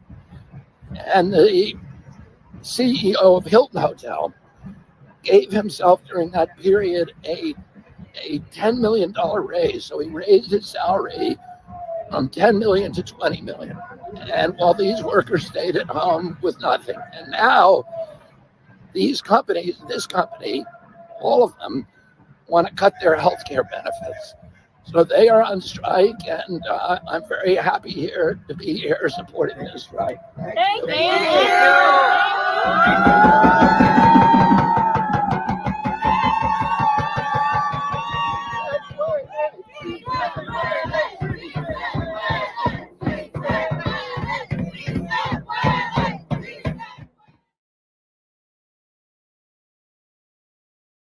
And the question now is, are we willing to do anything like that today? Or are we going to remain stuck in a self-righteous story in which America is categorically good and our opponents are irredeemably evil? If we remain stuck there, so will every other nation. It's not only America that's fallen into this simplistic good guy, bad guy thinking. That's the example we've set for everybody in the world. No wonder it's been replicated everywhere, between Israel and Iran, between India and Pakistan, between Shia and Sunni, between Jew and Arab. This tribalistic, us versus them thinking is tearing us apart. These are the wages of war. But when we take the first step toward peace, we will become once again a true world leader, a moral authority. A massive effort to normalize this. You see the New York Times column say, well, the Trump people have a case. You see the head of JP Morgan Chase, the largest bank in the United States, saying, well, they're right about some things. There is a chance that Trump could win this election. And the way that he wins is he's treated as a normal candidate.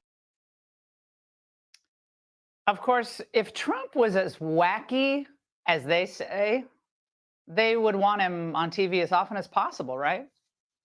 And then there was this moment when Vivek Ramaswamy threw down with Charlemagne the God this morning. Trump will say something. They will pick one word he says and then actually have you respond to it. Talk about the actual substance, about what we need to address. It's hard to when you got a guy who says he wants to be a dictator for a day. It's hard when it's a guy who says it's hard when it's a guy who says you got to terminate the Constitution in order to overturn the results of an election. It's hard when it's a guy who's led an attempted coup in this country. No. The derangement syndrome. I'd like to think I made some progress. We were supposed to go for 45 minutes. We went for an hour and a half. And one of the things I had him do, Laura, was he said Trump is quoting Hitler and that he couldn't get off of that. So I said, let's pull up the exact quote of what Donald Trump exactly said. Oh, no. Because I know Donald Trump, and he's not a guy who quotes Adolf Hitler. Turns out it was just a basic statement of a border crisis that we have. And it happens to coincide with things that a bunch of other people have said through human history.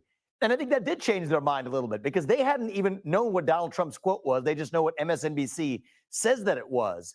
And I think this is our path to winning in November in a landslide, Laura. Stick to the truth. Cut through those left-wing media narratives and get to the actual facts. Free speech is the American way. Let every people hear the best argument from every candidate and make the right choice at the ballot box. And that's exactly what these people want to prevent from happening. But the more we're committed, actually, our side is committed to free speech, the more likely we are to deliver a landslide. And I think that's what's coming this November. Okay, just for fun, I want to play another clip from this interview. Now, you made a salient point, I think, about American sentiment toward our founding fathers. This was great. Watch. John Adams, you know who his son is? John Quincy Adams. And you know what he went back to Congress with? Was one thing he regretted not doing as a president, was abolishing slavery. But you can't tell people just to ignore the fact that Thomas Jefferson. I'm not telling people to ignore it, to say that we're not going to listen to Thomas Jefferson or that our founding was illegitimate because they were deeply imperfect and flawed, is every bit as bad as somebody who's going to say that I'm going to entirely dismiss the fact that they were slave owners. First of all, Vivek, nice looking in the black T-shirt. Okay, that was very cool to be on with him for that. But why do you think so? Why do you think some Republicans seem to have such difficulty with the American past and history? They get very scared when they're talking about people like Thomas Jefferson. See, look, I'm open about the fact that Thomas Jefferson was my favorite president. He signed the Declaration of Independence, Laura, at the age of 33, while also actually inventing the swivel chair. Think about that. These people were inventors. They were intellectuals. And yes, they were also our founding leaders. Were they imperfect? Of course they were, in the same way that you and I and every American and every person today is too. And the very people who are decrying our founding fathers for being the slaveholders, following the written lines you're supposed to recite, Republicans and Democrats alike, they're the very people who would have been the slaveholders 250 years ago. And so our founding fathers, they were not the conformists. They were the pioneers. They were the explorers. And what I want to revive is that founding spirit, not by claiming that they were perfect, but by recognizing their imperfections. They were still committed to the pursuit of a more perfect union. And that's what we are as a country. We're not perfect, but we're founded on the pursuit of a more perfect union. That is what makes America great. And I think that's what Republicans need to stop being so shy about and start actually celebrating and wearing on our sleeve.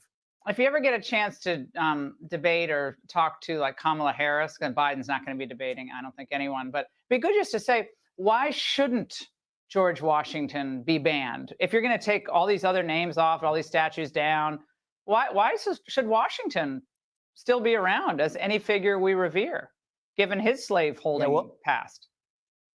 I'll file that away, Laura, and I'm looking forward to hearing Kamala's answer. I don't expect it to be super coherent, but I'll be sure to face off with her on it. All right. If it's not him, who's it going to be? He's also the most corrupt president in history, without question. I don't know. There'll be a fight. I don't think that Kamala gets it handed. You know, a lot of people are so afraid to go against her. I don't think it gets handed. I think all of a sudden everybody would start jumping in. She'd have to earn it. It'd be very hard to earn. But I don't know, you know, they're the same 5 or 6 people that you report on and you see all the time. I don't see that. No, I don't see it. No. Gavin Newsom. Yeah, probably. Yeah. I think so. Yeah. Yeah. A great libertarian who may very well be in the room right now, I believe. But he's a great libertarian, DeRoy Murdoch, who I've become friends with through his writings in the American Spectator and numerous other places, wrote an article yesterday in which he mentions just some of the things that make me a libertarian without even trying to be one. That's nice. DeRoy wrote, Donald J. Trump will address the Libertarian Party and its national convention on Saturday. The Libertarian Party should nominate Trump for President of the United States. Whoa. That's nice. That's nice. Only if you want to win. Only if you want to win. Maybe you don't want to win. Maybe you don't want to win. Thank you, DeRoy. Thank you. No, only do that if you want to win. If you want to lose, don't do that. Keep getting your 3% every 4 years. The reasons for doing so, policy and politics, are as solid as the Hope Diamond. DeRoy says this event is very unprecedented, he said. As the Cato Institute president, Peter Gotler, observed in Thursday's Washington Post, it will be the first time think of this, first time in U.S. history that a presidential candidate of a rival party will address the convention of a party that is presumably gathering to nominate its own candidate. Now I think you should nominate me or at least vote for me, and we should win together.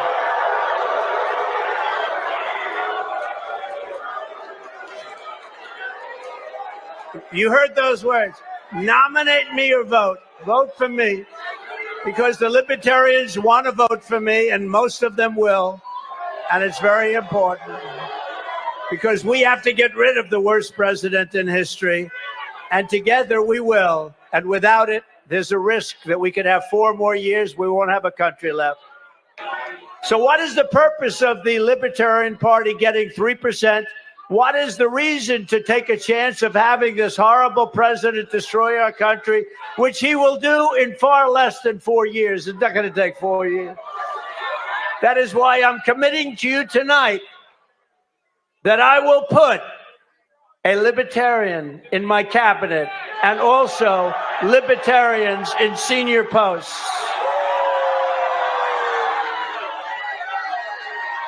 Pretty good. That's pretty big.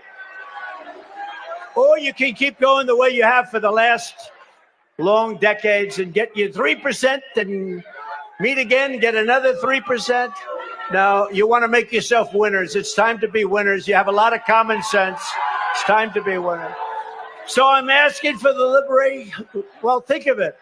I'm asking for the Libertarian Party's endorsement, or at least lots of your votes, lots and lots of libertarian votes, based on my 4-year, very outstanding presidential record. Much of my record is libertarian. You're behind quite a diverse range of issues that draw from both camps, what the Republicans stand for, what the Democrats stand for. And I'm wondering that as a result, it's possible that you might actually dent both sides. But then it also might make you more a facilitator for one or the other rather than a viable candidate for yourself. What are your worries about that? I don't worry about that. My intention is to win the election. So, there's 61% of the American public in the most recent poll does not want President Biden or President Trump as president. They don't want that contest. These are the 2 most unpopular candidates ever to run in America, the entire span of American history since polls started, to run as the candidate for a major political party, both of them. So, I think Americans deserve a choice, more of a choice than just the lesser of 2 evils. That there should be other opportunities for them, that they should have. They're entitled to somebody who's going to inspire them, to make them believe in our country again. And I don't think they're getting that from the 2 political parties. If stuck with either of those, if it came to that, which would be the worst case? I don't have a plan B. I'm intending to win this election. As of this moment, we are going to suspend this presidential campaign.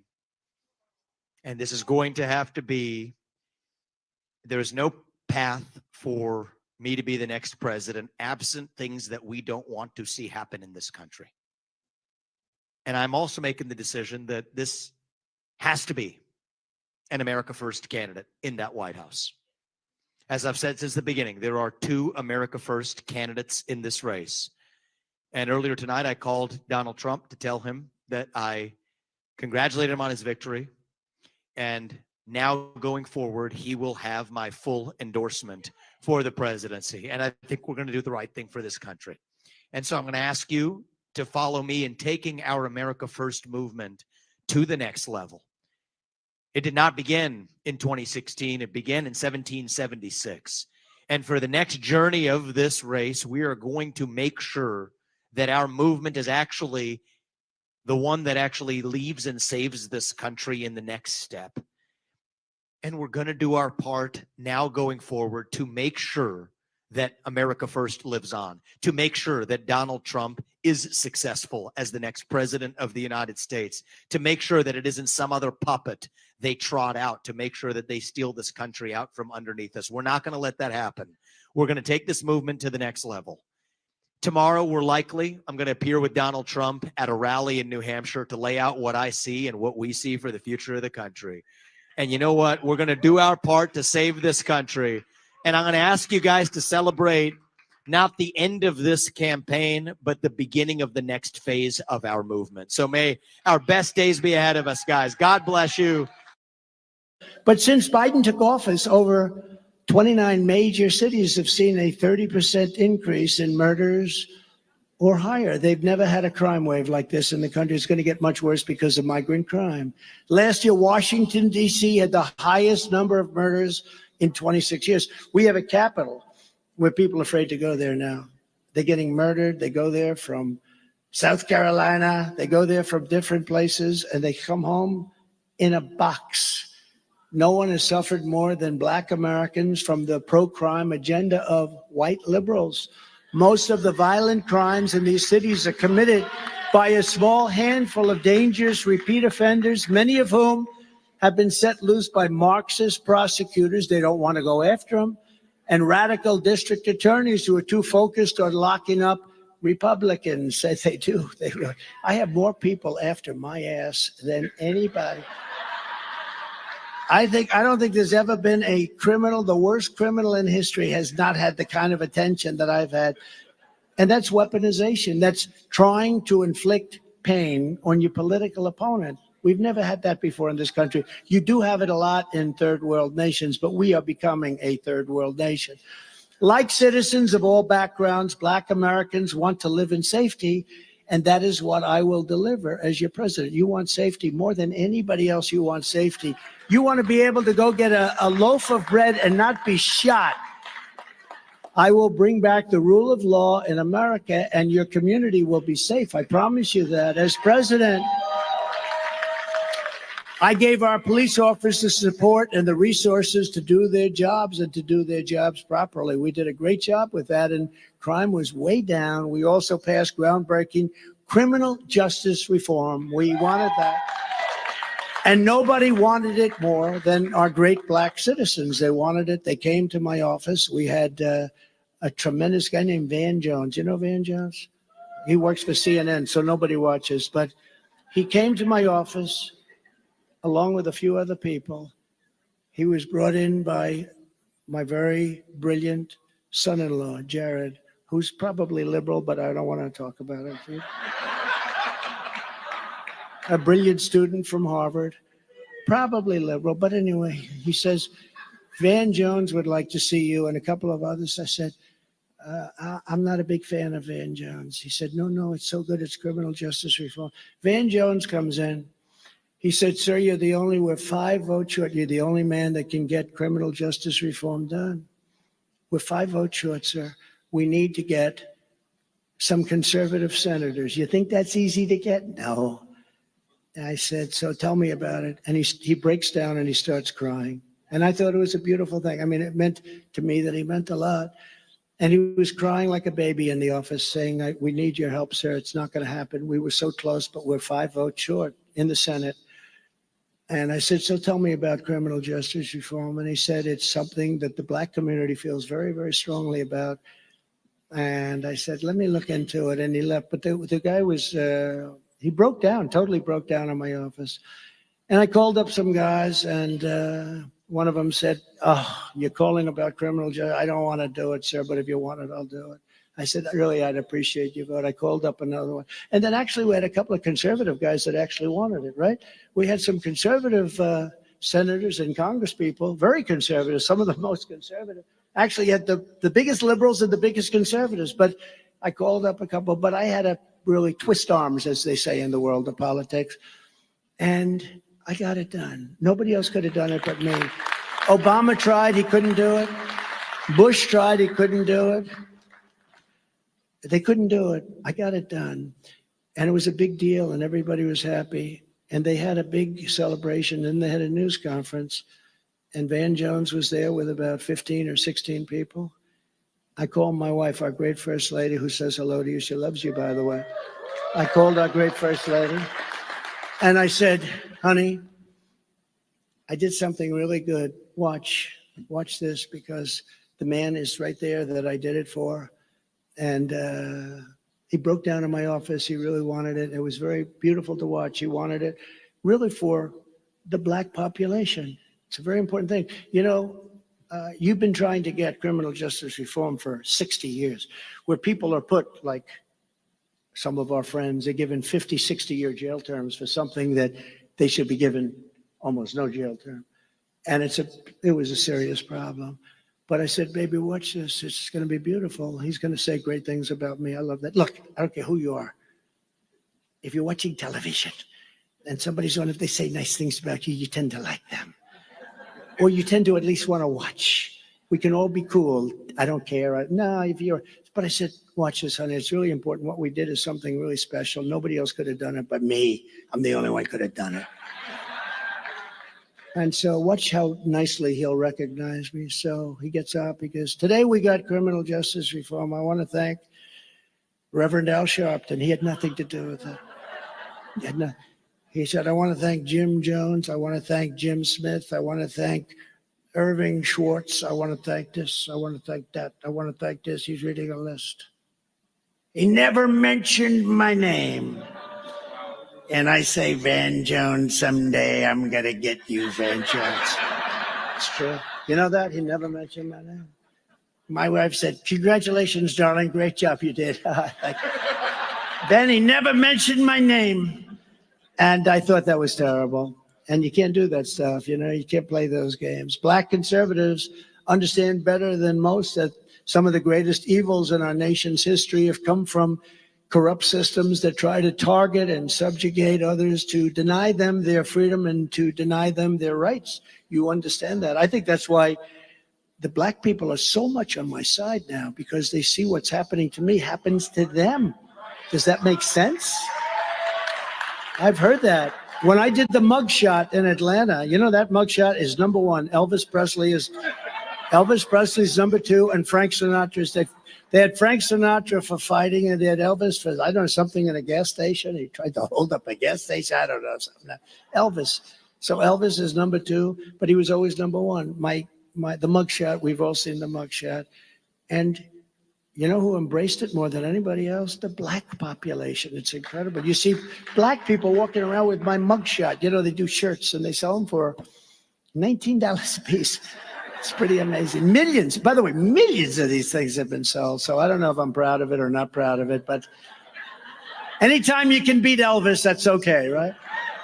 Over the past few years, millions of Republicans have woken up to the dangers of weaponized power in our government and our justice system, and no one knows about that better than me. When I return to the White House, I will have no higher priority than to restore fair, equal, and unbiased and impartial justice under the constitutional rule of law. That's for everybody in this room, everybody in this country. We share the dream of Reverend Martin Luther King Jr. He was great. What a speech. Where is she? Where's my beautiful? It is, I want to be able to see you. I wish they'd turn off those lights. But you are so amazing, and we've been friends so long. But we share those dreams of a nation where we are all treated equally, because we're all created equal, with equal rights and equal dignity in the eyes of God, and we love God. Every time the radical left Democrats, Marxists, communists, and fascists indict me, I consider it a great, great badge of honor, because I'm being indicted for you, the American people. I'm being indicted for you, the black population. I am being indicted for a lot of different groups by sick people. These are sick, sick people. Never forget, our enemies want to take away my freedom, because I will never let them take away your freedom. It's very simple. They want to silence me because I will never let them silence you. And in the end, they're not after me, they're after you, and I'm just standing in their way. I just happen to be standing in their way from the very first day that we take back the White House. And it's going to be we are going to take back, it's not me. This is the greatest. Make America great again. When Biden gets up and says, we're going to stop, make America great, I say, the guy doesn't even know what the hell it meant. If I said, Joe, what does MAGA mean? I don't know. Please tell me. I'd love to know. Make America great again. But right from the beginning, take away our beautiful, cherished White House from crooked Joe Biden. I believe we're going to have the 4 greatest years in the history of our country and the 4 greatest years for the black population. It will inure to your benefit, just as it did in my first 4 years. Before I even arrive at the Oval Office, shortly after we win the presidency, I will have the horrible war between Russia and Ukraine settled and restore peace through strength. Just like when I did the wine and just like I did with the soldiers, we will have peace. We will have peace. We're not going to let that go on. People are being brutally killed by the hundreds of thousands. The numbers are far greater than they report. We're going to rebuild our cities into beacons of hope and safety and beauty better than they have ever been before. We'll work with Democrat mayors and Democrat governors if we have to, but we're all controlled by the Democrats. But we will go in and we will straighten our cities out and we'll get rid of the crime. We will take over the horribly run capital of our nation in Washington, D.C., and clean up, renovate, and rebuild our capital city so it is no longer a nightmare of murder and crime, but rather it will become the most beautiful capital anywhere in the world. All over the world, we see people coming. And we're talking about so many thousands and thousands of people from countries with links to terrorism pouring across our border, no vetting at all. But now even Democrats are voicing some concerns about the border, including former Democrat, well, now independent, Robert F. Kennedy Jr., running for president. We've had on the program before. Sir, welcome back. Thanks for having me, Sean. You know, I really do appreciate your position on the border. You and I are in agreement. You know, it's interesting because everybody's now trying to analyze, you know, whether if there's a 3-way race with you, Donald Trump, and Joe Biden, you know, who would you more likely draw from? So I hope you don't mind, but I did a little research on you. You're pretty liberal. You know, you've called for curbing, logging, oil drilling, fracking. You wanted to eliminate it. You called it a victory for democracy. You want to curb U.S. fossil fuel extraction. Keep it in the ground, you once tweeted. You want to ban on fossil fuel extraction, a ban on fracking. You called the NRA once a terror group. You've supported over the years Democrats, Gore, Kerry, Obama, Hillary. You praised Bernie Sanders multiple times. You support affirmative action. So why is this party of yours, why didn't they even want to allow you to compete? Because that's as pretty liberal of a record as anybody I know. You have a litany of talking points from statements I've made over 40 years. Some of them are stale. Some of them I never said. But, you know, what is your question? Why the Democratic Party? Why I'm not running in the Democratic Party? You know, why did they kick you out? I feel like. I mean, by the way, I'm giving you comments that you've made in 2016, 17, 19. Endorsements. We know the years Gore, Kerry, Obama, Hillary, Bernie Sanders. They're all recent quotes. The NRA quote you made about calling them a terror group was 2018. So these are recent positions you've had. That I'm not sure why the Democratic Party wouldn't allow you to compete. Do you want to talk about my position, Sean? Yes, sir. Or, do you want to read talking points from the Trump campaign? Well, excuse me. These are not talking points. These are called Hannity points. I do my own research. No, but I saw that same list published this morning by the Trump campaign. It's the exact same list. And again, if you want to know what my position is on any issue, I'm happy to talk to you about it. On those positions, you come off, and this is not an insulting thing. You are historically very left of center, very liberal, and I agree with you. Your party treated you horribly. I think you deserve better. I don't like the way your own family even treated you. I thought, you know, if they don't agree with you, they can disagree. But I didn't like what they said about you. To be honest, I think you're being honest in your positions, but I don't think you can convince any conservative that you have any conservative leanings except for a couple of issues. Maybe some conservatives would agree on the border. Maybe some would agree on your vaccine policy, especially with COVID. Where else would you say you're conservative? Well, I wouldn't describe myself at this point as part of the conservative ideology or the Democratic ideology. I would describe myself as part of the common sense ideology. If you ask me, Sean, about any particular issue, I'm happy to tell you what I feel about it. And I also am happy to listen to other people's opinions about it. All right, I'll ask you. Do you still,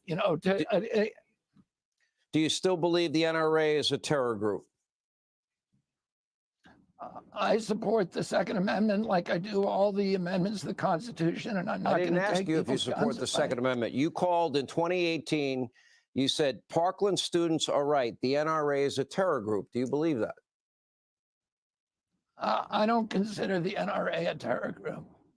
Do you regret tweeting that in 2018? Well, I don't recall tweeting it in 2018, but if I did, as I said, Sean, I don't consider them a terror group, and I support the Second Amendment. Do you regret endorsing Al Gore, John Kerry, Barack Obama, Hillary Clinton, and Bernie Sanders over the years?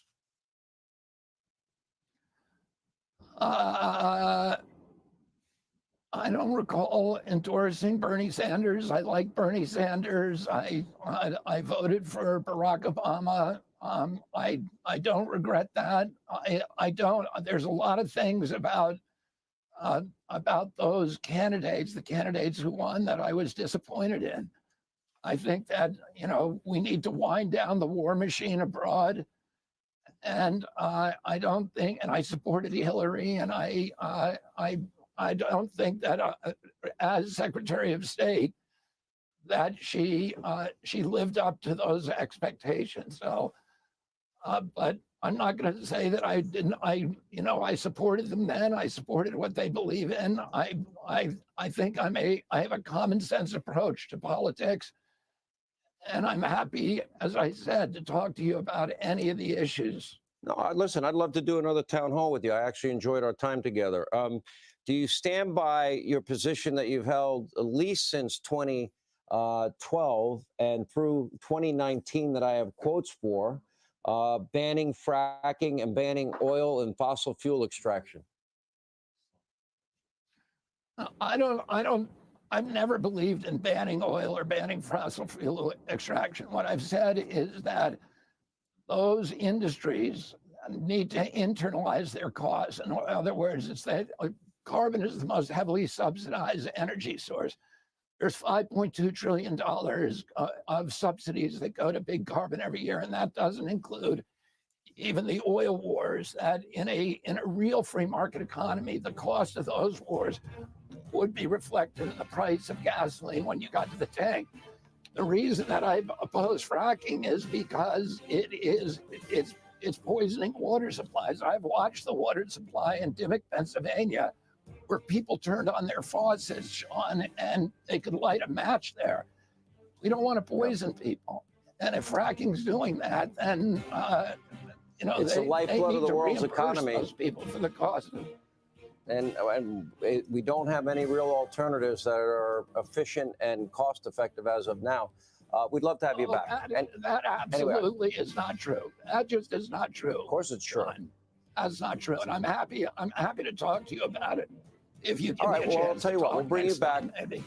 And I'd love to, maybe we'll do another hour together if you're up for it. I'd be up to doing that. That'd be great.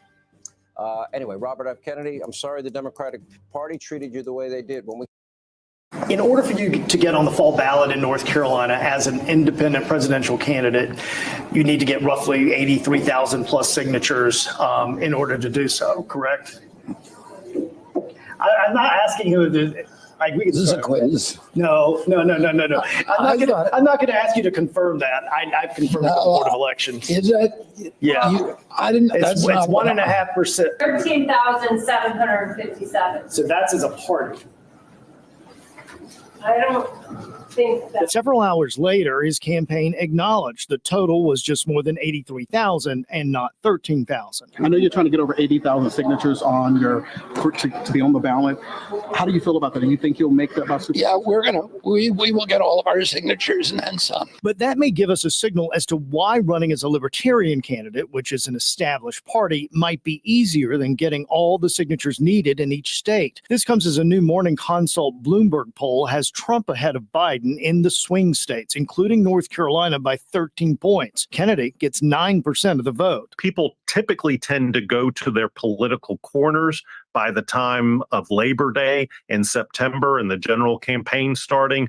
But these are worrisome signs if the president is this far behind.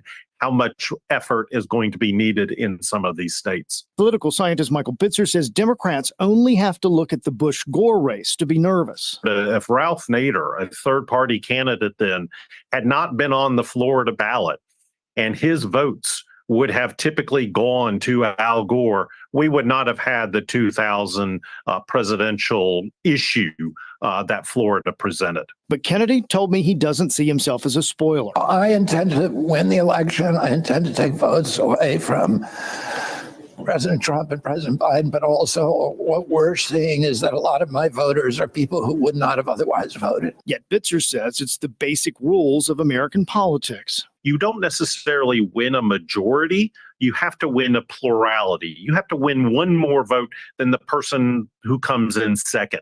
And then you get all of the electoral votes oftentimes in the states. And that just inherently sets up a two-party system and also designs third parties to indeed be these spoilers that I talked about.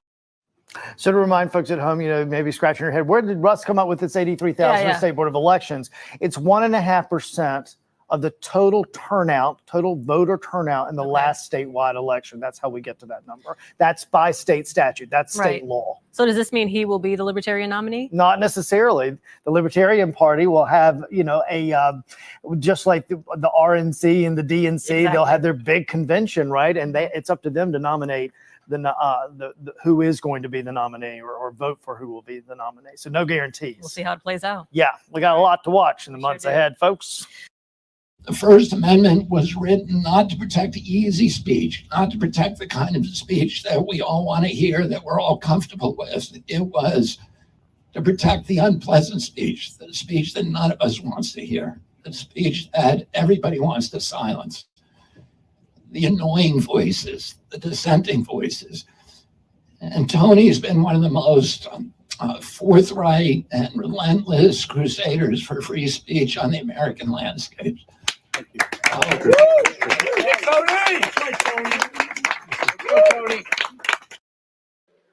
I'm here to declare myself an independent candidate.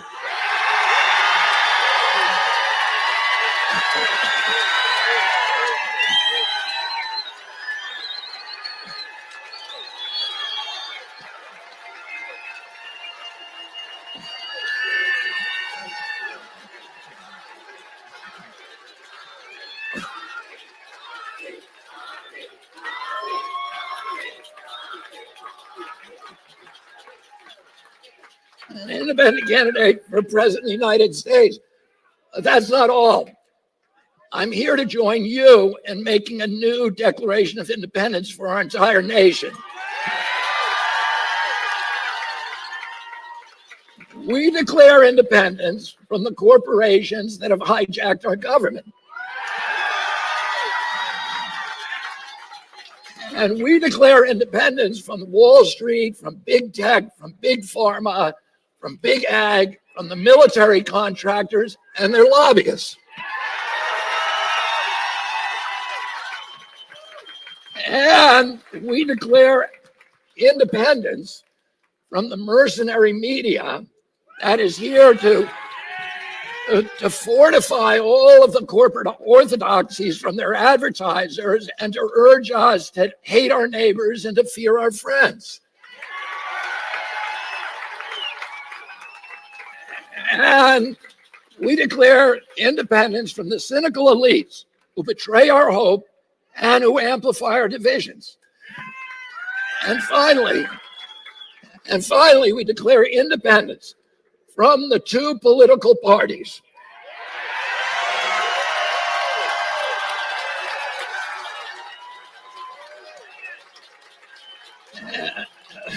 And the corrupt interests that dominate them and the entire rigged system of rancor, of rage, of corruption, of lies that has turned government officials into indentured servants for their corporate bosses.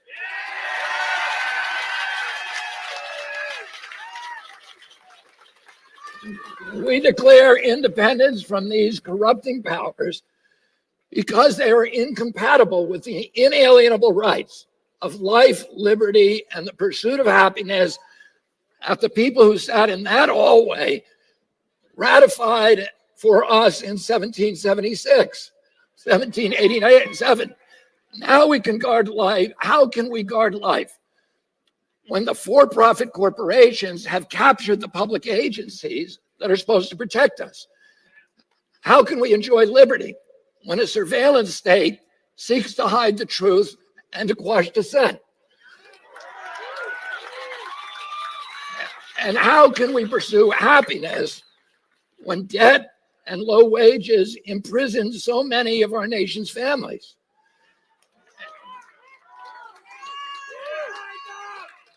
And so I've come here today to declare our independence from the tyranny of corruption, which robs us of affordable lives, our belief in the future, and our respect for each other.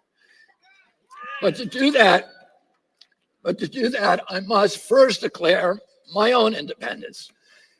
Independence from the Democratic Party,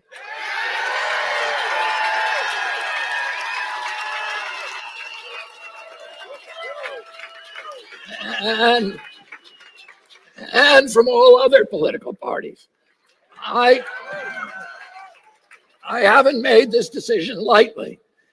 It's very painful for me to let go of the party of my uncles, my father, my grandfather, and both of my great-grandfathers, Honey Fitzgerald, and Patrick, who was the first Irish Catholic ghetto mayor of Boston, and Patrick Kennedy, who was a ward boss in Boston.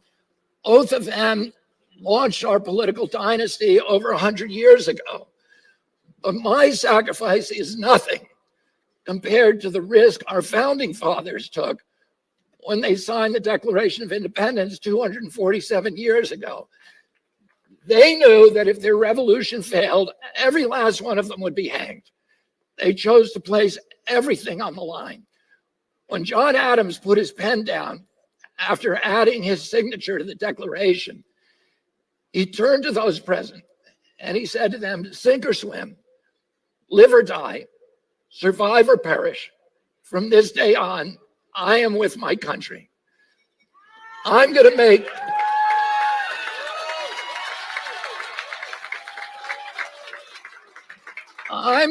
that same pledge to you today, so that I can stand before you, as every leader should stand before you, free of partisan allegiance, free from the backroom deals, servant only to my conscience, to my Creator, and to you.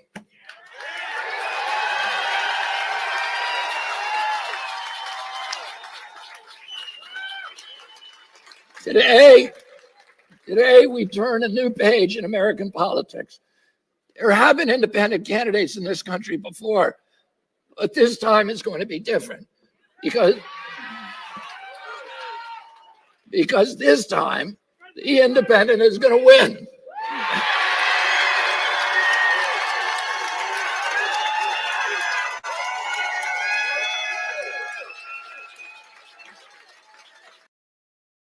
Rogan brought me on. Megyn Kelly was really good with me. She had me on about 3 times when, nobody would let me on. And then Fox started letting me on a lot. And so I could go on my, the thing is that I get a lot of eyeballs when I go on. So this is what they told me, because I went and met with their editorial board, that it was that I was getting more eyeballs than any other guest. Wow. On Fox. Yeah, on Fox. And I think the same as CNN, but CNN won't let me on. The only guy who's let me on CNN was Michael Smerconish, and it was a very short interview, but he got in a lot of trouble for it. Wow. Join us now with his plan to fix it, independent presidential candidate RFK Jr. Thanks for having me, Steve. It's great to have you. When you see something like that, you know, back in the day, it used to be hard to get in the country. And if they did get in the country, there'd be a Border Patrol person there saying, hey, stop, or you got to turn around. Now, can you explain what Joe Biden's doing? I can't explain the rationale, and I've been down to the border. I spent 3 days in Yuma watching this, and I was astonished. Between 2 a.m. and 4 a.m. in the morning, I watched 300 people just walk across the border. There were buses that were bringing them up to the border that were owned by the Mexican drug cartel, 100 or 55 people in a bus. And I watched the first 110 people that came over were from West Africa. And I wasn't able to interview them. But then the second 2 buses that came in, I was able to interview all the people. And only 2 of them had asylum claims. Most of them were from Asia. Right. And it's astonishing that the Border Patrol is utterly demoralized. You could stop this very quickly. And there doesn't seem to be any interest in the Biden administration doing it. Last month, Steve, we hit a record of 247,000 migrants arrested, which means many more were coming across. Right. So, it's not sustainable. Our country, we've already absorbed 7 million people in the last 3 years, and the pilot, whatever they're thinking, is wrong. It's insane. If you were elected president, how would you fix it? I would stop it overnight. I've talked to the patrol. I've talked to law enforcement. What we need to do is to complete the 27 gaps in the wall. You don't need a wall from Brownsville, Texas, 2,200 miles to San Diego, but you need the physical barrier in those highly populated zones where migrants can disappear very quickly. So there's 27 big gaps where everybody's coming through. In the rural areas, you need to restore the fences that were torn up by the administration. You need to put in the long-range cameras, the lights, the sensor equipment, and then we need asylum judges on the border to adjudicate the cases there. And we need to reinstate the Migrant Protection Act that requires people with asylum claims to remain in Mexico while those claims are adjudicated. And that would stop the flow immediately. Yeah. You want to talk about a fighter? This is the most resilient human being I've ever met. If you see the shit that this guy's going through publicly every day, and I'll call him on the phone as a friend and be like, hey, you good? How you doing? Unfazed. Like nothing's going on. Look at all the stuff that's gone on with Trump, all the bad stuff that they say. They're trying to attack him. They're trying to ruin him. Unfazed. That guy's, walking through fire. He will walk through fire. He's an absolute savage.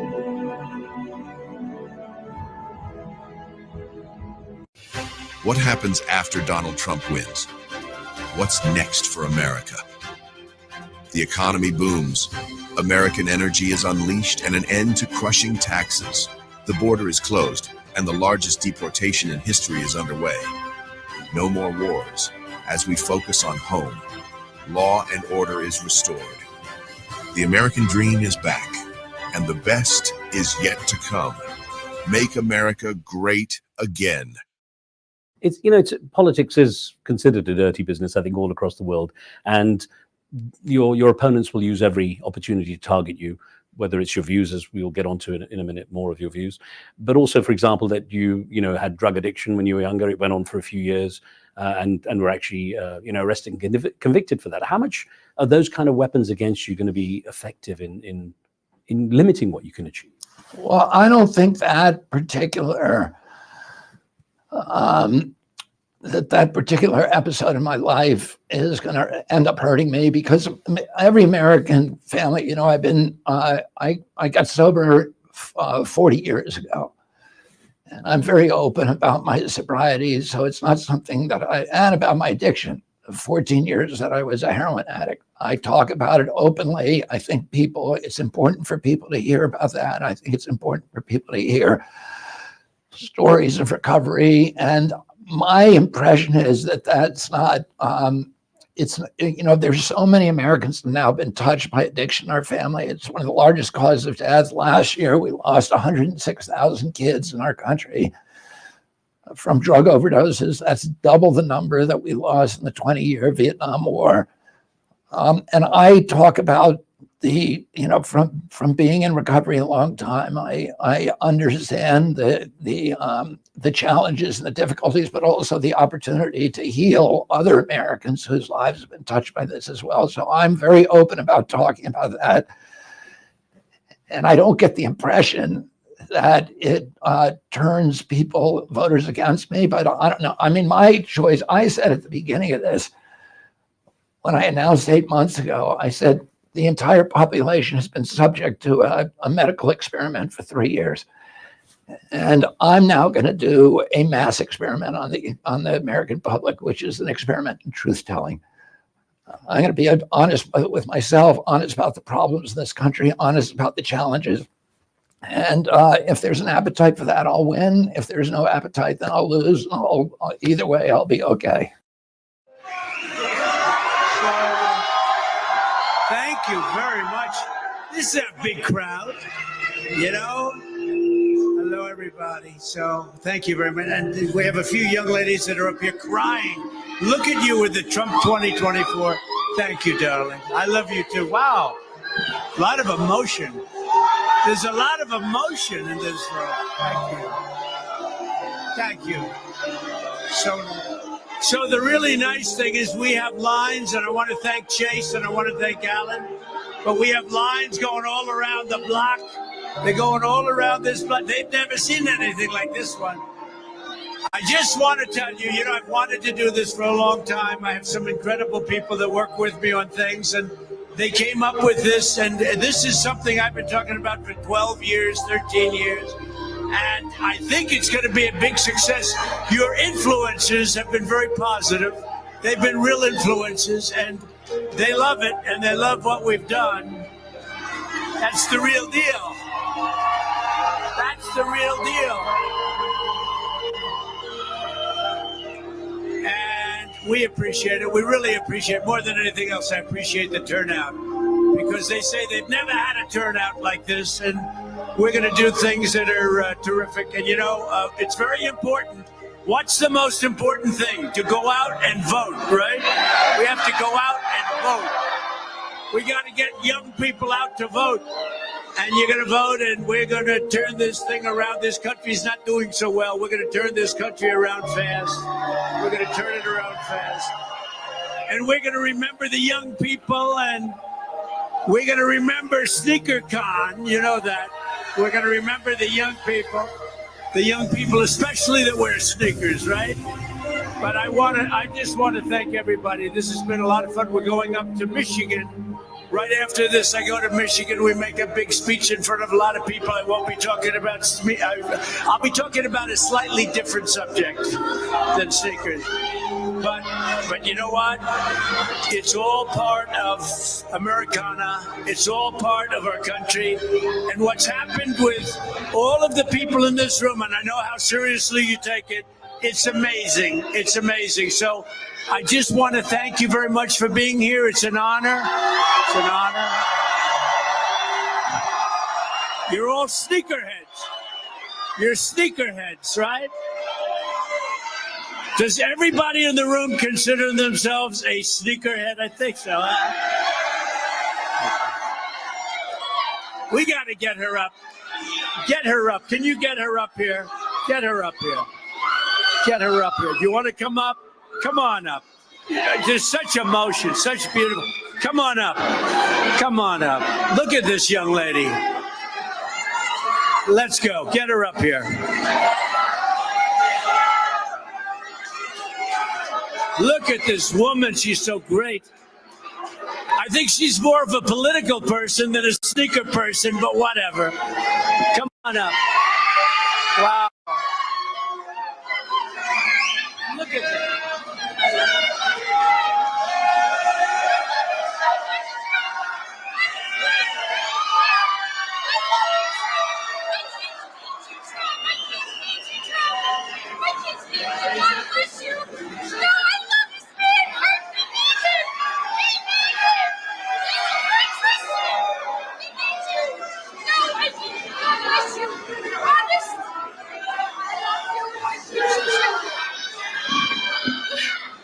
Yes, we need him. He's a Christian. He's a good, honest man. They're after him for no reason. Go out and vote for Trump. Vote Trump. No paper. Go out and vote for Trump. He's a good man. Look at his family. They're all good kids. All good kids. Yes.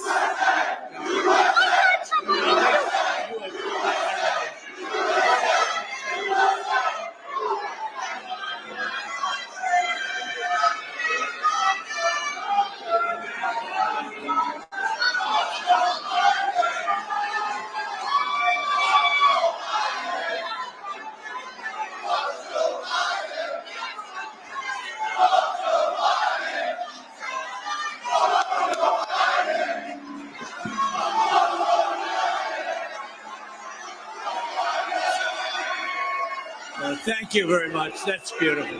Thank you. So everybody, again, it's been an honor. You stay around and have a lot of fun. These guys do a fantastic job. A great honor to be invited. It's a slightly different audience than I'm used to, but I love this audience. And go out, have a good time. We love you all. Thank you very much. Thank you, everybody. Thank you. Thank you very much. Have a good time.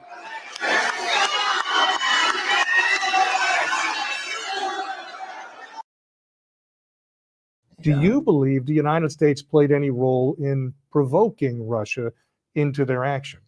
I know that is not a doubt. We laid down the provocation. Of course, the biggest provocation was our insistence on moving NATO into Ukraine. And then we did something else. We walked away unilaterally. And President Trump did this too. From two intermediate range nuclear missile treaties. And then we made Poland, Ukraine part of NATO, and we moved Aegis missile systems, which are the Tomahawk missiles, which are nuclear capable, so that they're 12 miles from Russia, 12 miles from Moscow, 12 minutes from Moscow. We could decapitate the entire Soviet leadership in the Kremlin in 12 minutes. That destabilized the whole region. Russia has good reason to not want that. You know, when the Russians moved nukes into Cuba in 1962, my uncle would have been forced to invade Cuba if they didn't remove them.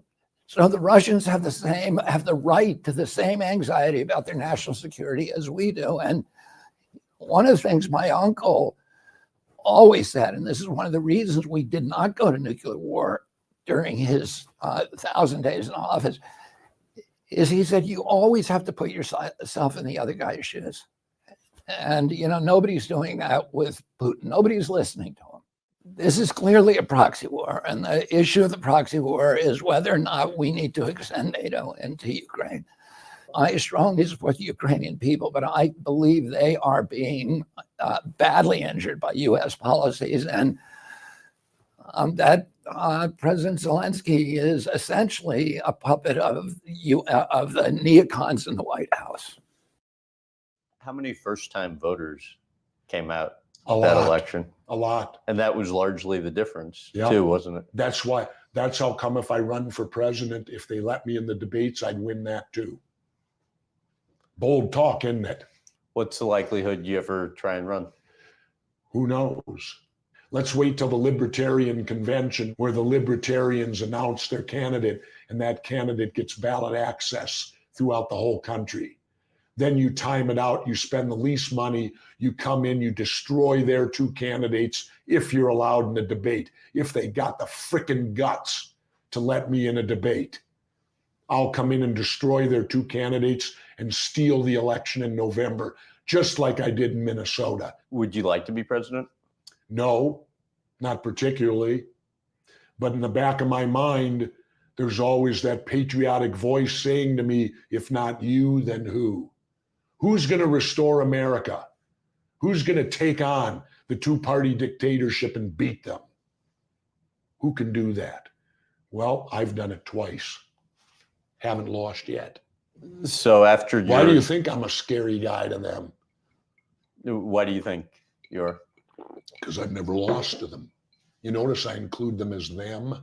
I don't distinguish between the two parties because there is no difference. After you were They're elected, both owned by the same corporate ownership. It does. In other words, if you go to sports, if you bet on both teams in the Super Bowl, you're not going to lose, are you? Well, if you own both candidates, you're not going to lose, are you? well, and that's why you've said you wish politicians would have to wear NASCAR type suits with the logo. Yeah, I wish they'd require anyone running for president to wear a NASCAR suit with patches dictating who owns them. I mean, it's simple. When you see Jimmy Johnson, what do you see? Lowe's. Right.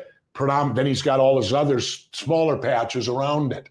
Well, if Jesse Ventura runs for president, there won't be a patch on the suit. It'll be clear white.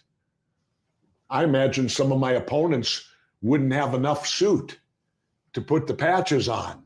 They may have to have a subordinate wear one too, so they could get all the patches on. How much do you fault the candidates for that, and how much do you fault just the system? I today? fault the Democrats and Republicans and the system they've created. You notice I don't even discuss the candidates. Didn't do that when I went for governor either. I run against the parties because the candidates are nothing but puppets to the party. The party's got the strings. They're the puppets. That's what you got. There's no strings over Jesse Ventura. No puppet master on me. We the people. We the people. We the people. We the people. We the people. There's no question that the Uniparty has a vested interest in keeping other candidates off the ballots in states in the 2024 election. After all, competition in a monolithic system is the worst of all possible enemies. In this election cycle, independent environmental lawyer Robert Kennedy Jr., who is currently polling near 26%, is trying to give America a third option for the presidency and break the Uniparty stranglehold on the country's political system. But he faces an uphill battle to make it happen. The ballot access system is arcane and filled with dirty tricks and pitfalls that make getting on the ballot in any state challenging. Each state's rules are different and require unique tactics to assure that Mr. Kennedy has ballot access in all 50 states. As the largest state, with the most electoral college votes, California's duopoly political parties are particularly invested in preserving the status quo, so they've set a series of high hurdles to get over in order to help prevent any disruption that a third, popular candidate would create. The gauntlet of rules that need to be followed in order to qualify to be on the ballot are complex and ensnared with opportunity for legal challenges and the ruling party to preserve its power. Individually, someone running as an independent would have to obtain more than 300,000 signatures of registered California voters. The petition signature must be perfectly matched to their driver's license and their current address. One mistake, or any nefarious intent by another political party zealot, who signs the page incorrectly on purpose, and the signature is cast out and not counted. However, there is a second way to obtain access to the ballot by forming a political party and declaring a candidate for that party as the presidential nominee. Most people would assume that forming a political party would require a higher threshold than the individual trying to achieve ballot access. But in California, the exact opposite is true. All anyone has to do is file the right paperwork, then ask individual voters who are registered in California to go online and affiliate with that political party. That only takes 75,000 registrations and is much easier than standing at the local farmer's market or going door to door getting petitions signed. In an effort to assure that Robert Kennedy Jr. is on the ballot in California this November, this path of access is the most effective and least complicated way to achieve that. A group of like-minded Californians created their own political party, We the People, and have declared RFK Jr. as their candidate for president. We asked a few people to show us how easy it is to change your voter registration. So take a watch and listen. If you're in California and you want to see Mr. Kennedy on the ballot for president, follow these steps and let's help create a better America with more political options and a great candidate at the helm. All right. We're there. On the next couple pages, they're going to ask you some questions for additional information and consent. Here it is. This is the important part. Political party preference. Click other. And then you type in we the people. There you go. Other party. And we the people. That took 2 minutes out of my time. Other party. We the people. Yep, that's it. When it comes to the political party, after you get all your personal information in, you want to choose party preference as other. Got it. Let's get RFK Jr. on the ballot in California.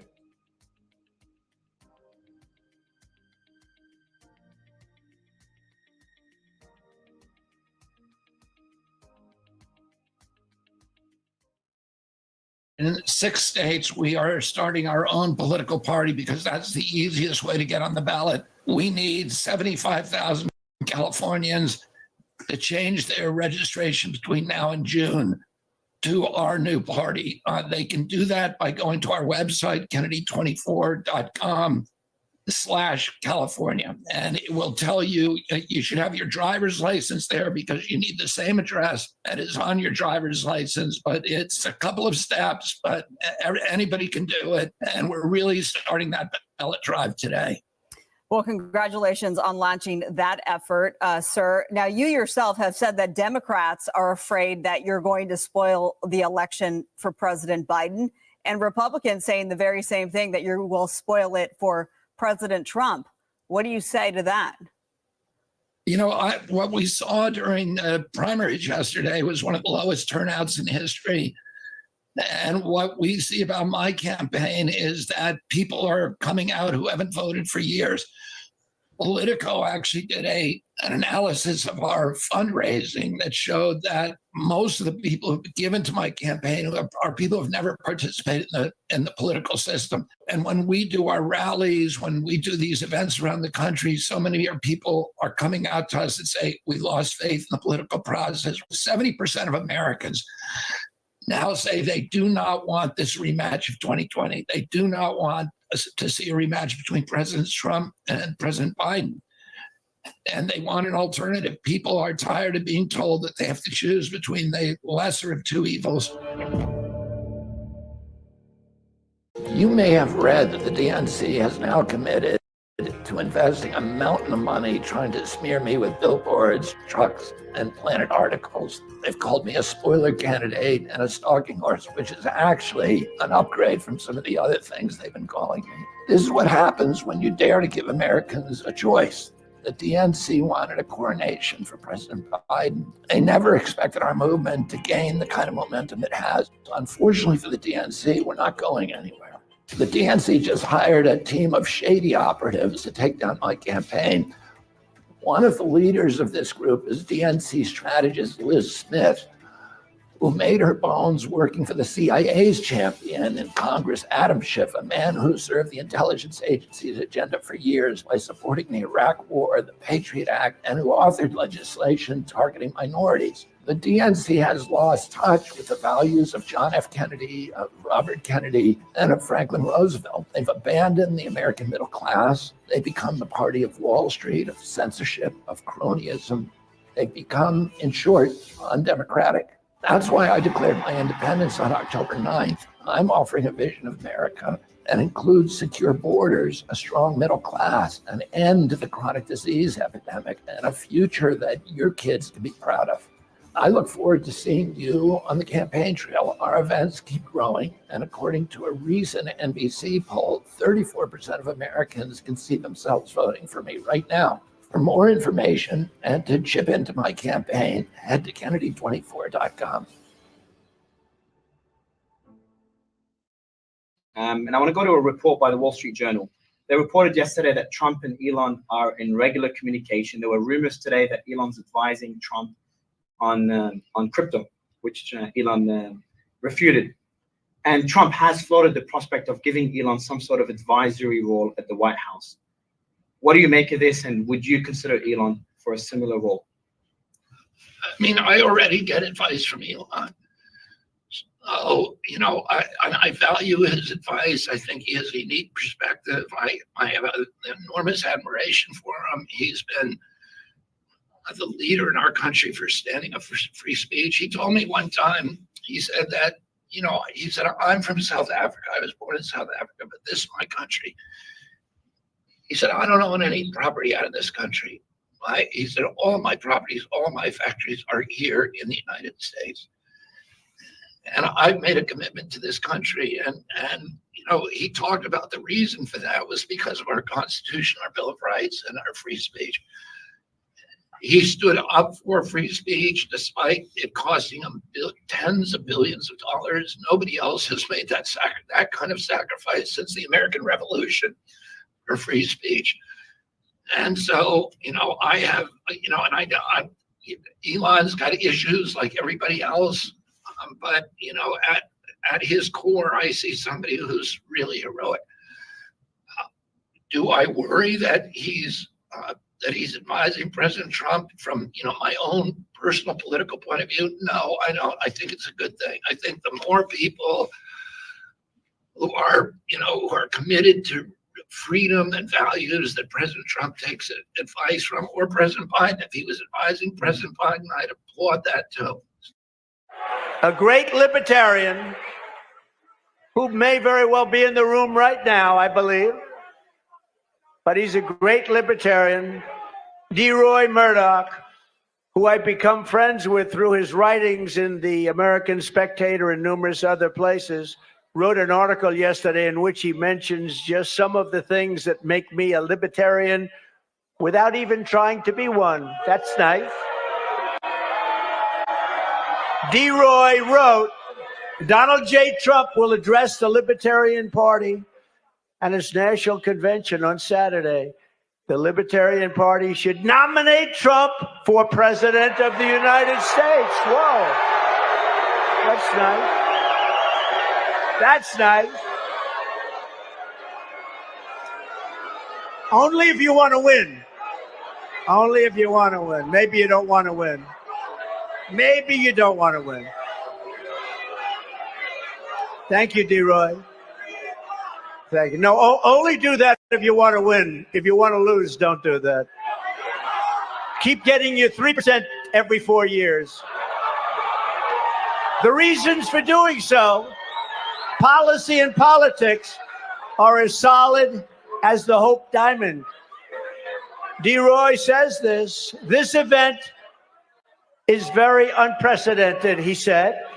As the Cato Institute president, Peter Gotler, observed in Thursday's Washington Post, it will be the first time think of this, first time in U.S. history that a presidential candidate of a rival party will address the convention of a party that is presumably gathering to nominate its own candidate. Now I think you should nominate me, or at least vote for me, and we should win together.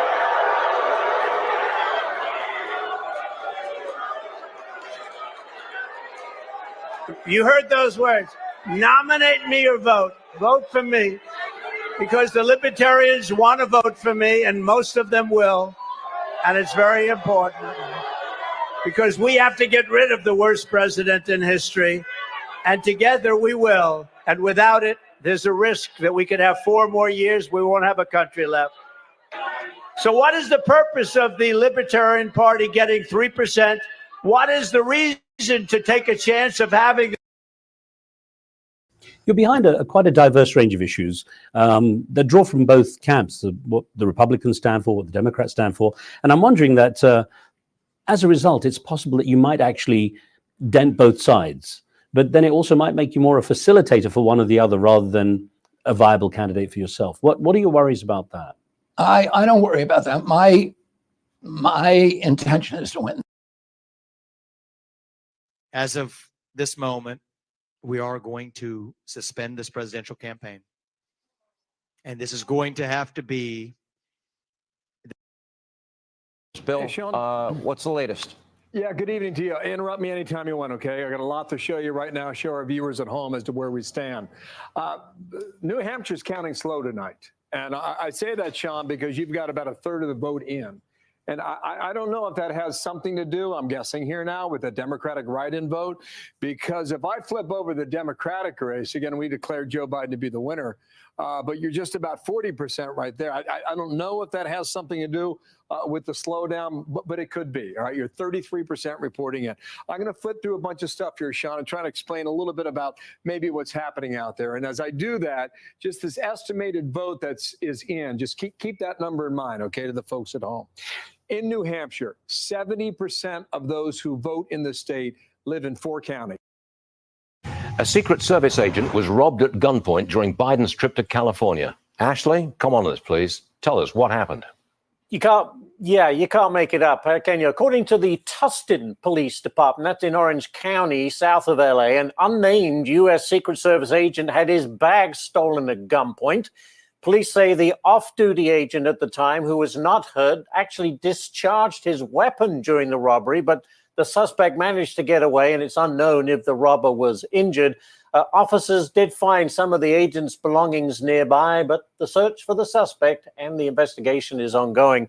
And of course, the agent was with the president in California for that very glitzy campaign stop. But the crime, well, it's always in the headlines, isn't it, Stu? Yep. All right, thanks, Zach.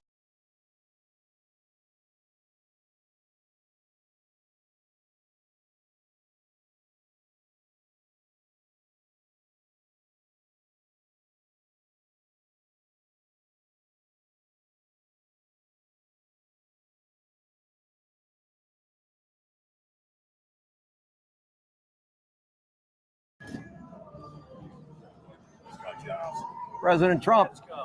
Good to see you. You ready? How are you? I'm doing well. Thank you for your time. Thank you. All right. He tells me we're ready. So let's talk about Milwaukee. Democrats have pounced on what's been reported that you said about the city. They even put up billboards with what you allegedly said. So let me get right to it and ask you directly. Did you say Milwaukee is a horrible city? No, I didn't say it. They're liars. You know they're liars. They lie about everything. They've got the worst policy in the world. They lie about every single thing they do. I chose Milwaukee. I said, I do say, and I say it all the time, I said it to you and I said it to anybody that wants to listen. Crime is way too high, as it is in many cities, and they got to watch the election because the election results last time in Milwaukee were terrible. I mean, it was just terrible what happened. But other than that, I like Milwaukee. I'm the one that picked Milwaukee, and they are just such liars, such horrible people.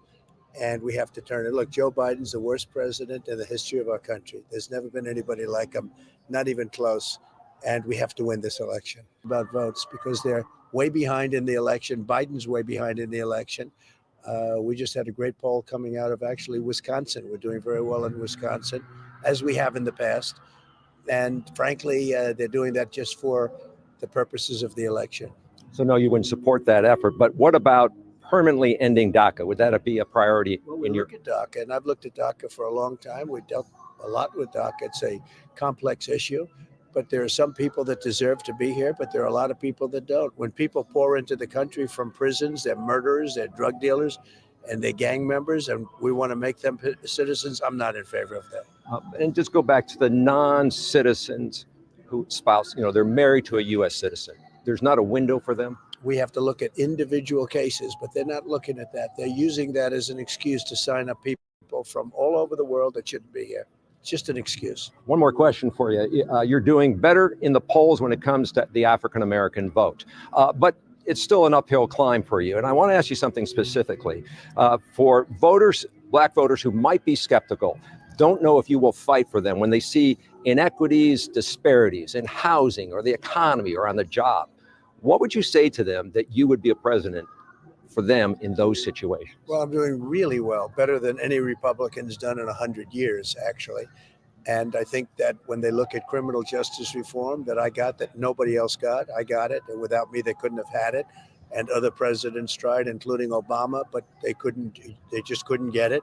Obama tried with Biden and they couldn't get it done. And a lot of people tried. I got it done. Criminal justice reform, opportunity zones. I got opportunities zones done with Tim Scott, the senator from South Carolina, great guy. And he had this idea, and we put it into practice, and it's been one of the most successful economic development programs ever. We did the historically black colleges and universities and colleges, and we were able to get that funded, which for years they never had any funding. They'd have to come on a year-by-year basis. We got long-term funding, more money than they needed, more money than they asked for. We gave it to them because we felt they needed it. I got very familiar with the heads of those colleges and universities. I say, why do you come back every year? They felt, and one of them looked at me and said, we feel like beggars. We come back to Washington every year to come, for money. And I got them long-term financing. I got that taken care of. And I think when the black people and Hispanic people too, the jobs, they look at their job numbers, they look at all of the things that we did. Nobody has done, and I say this, nobody has done more for the black person, for the black people, than anybody, than me, since Abraham Lincoln. That's a big statement, okay? Abraham Lincoln, that's a long time ago, but there's been no president that's done for the black people what I've done since Abraham Lincoln. I appreciate your time. Appreciate the opportunity. to Thank ask you very questions much. to you. So, thank you for your time. See you sir. soon. We'll see you in a couple weeks. Okay, see Yeah, you. yeah. Let's go to the debate section and talk about how CNN is rigging the debate rules. Let's put it up there on the screen. So what do we have here? They have announced the official mutually agreed upon rules. Biden and Trump have agreed to mic muting, to podiums, and in an empty stage. So, quote, the debate, which will be hosted by CNN's Jake Tapper and Dana Bash, who we will get to later in the show, will mark the very first in-person showdown of 2024 campaign. Now, the rules that the two have agreed upon include 2 commercial breaks. The campaign staff will not be allowed to interact with their candidate during that time. Both candidates will appear at the uniform podium. Their podium positions will be determined by a coin flip. Microphones will be muted throughout the debate, except for the candidate whose turn it is to speak. While no props or pre-written notes will be allowed on the stage, candidates will be given a pen and a pad of paper and a bottle of water. Some aspects of the debate, including the absence of studio audience, will be a departure from previous. As in the past, moderators, quote, will use all tools at their disposal to enforce timing and ensure a civilized discussion. But here, let's get into the nitty-gritty. In order to meet CNN's qualifications for the debate, candidates must satisfy requirements outlined in Article 2, Section 1 of the U.S. Constitution to serve as president. Both Biden and Trump meet those requirements, as does RFK Jr., Cornel West, and Jill Stein. Participants must file a formal statement of candidacy to the FEC. All 5 have done so. Here's where they get RFK. All participating debaters must appear on a sufficient number of state ballots to reach 270 electoral vote threshold to win the presidency and receive at least 15% in 4 separate national polls of registered or likely voters that meet CNN standards for reporting. Okay, so let's be very clear here about the polling and the 270 requirement, because here is how they are getting RFK. Let's go to the next part, please. As you can see clearly, the Kennedy campaign has said he submitted 3,300 signatures in Minnesota on Friday, listed the states, 19 states with 278 electoral votes where he claims ballot access, but at least half of those states have not yet verified that his submission is valid. So that, Crystal, is how they are really rigging it. Where because he officially, outrageous. Because officially he's not on the ballot in those states, half of those states, which why do they have any incentive to approve him? In the interim, why would you do it? They're like, no, we're keeping him off of the debate stage. Yeah, so that's right. He technically has qualified. He's going to qualify for 278 electoral votes, absent some crazy shenanigans. So this is my other thing too, when you look at the rules. Why is it that you're allowed to poll up to 15%? In there's no such thing as public polling, in NBC poll, whatever poll. So we can take like non-official polling, but officially you have to be on the ballot in for 270 votes. How does that make any sense? It's outrageous. It's just straight up rigged, to keep him out. That's right. Yeah. It's 100% rigged to keep him out. There's no doubt about it. Yeah. They're trying to put a pretense of neutrality on it, but they've made the criteria such that it is literally impossible for him or any other third-party candidate to be able to gain access under that criteria. Because, these states are all run by Democrats or Republicans. Neither group wants RFK Jr. to be on that stage or to be on their ballots, by the way. And so they can drag their feet and take as long as they want to certify his signatures, et cetera. And so, this is their mechanism in order to make it appear like, oh, we have these neutral criteria and you just didn't meet it. I'm sorry, try again, try harder next time. No. You made it literally impossible. And it is outrageous. I mean, I'm not surprised, right? We knew the moment that CNN announced that they were doing this debate and Trump and Biden agreed, et cetera, et cetera. We knew what it was going to look like. But, this should be something, these debates should be something that is really protected in a democracy. The Biden people want to talk all about preserving democracy, et cetera, et cetera.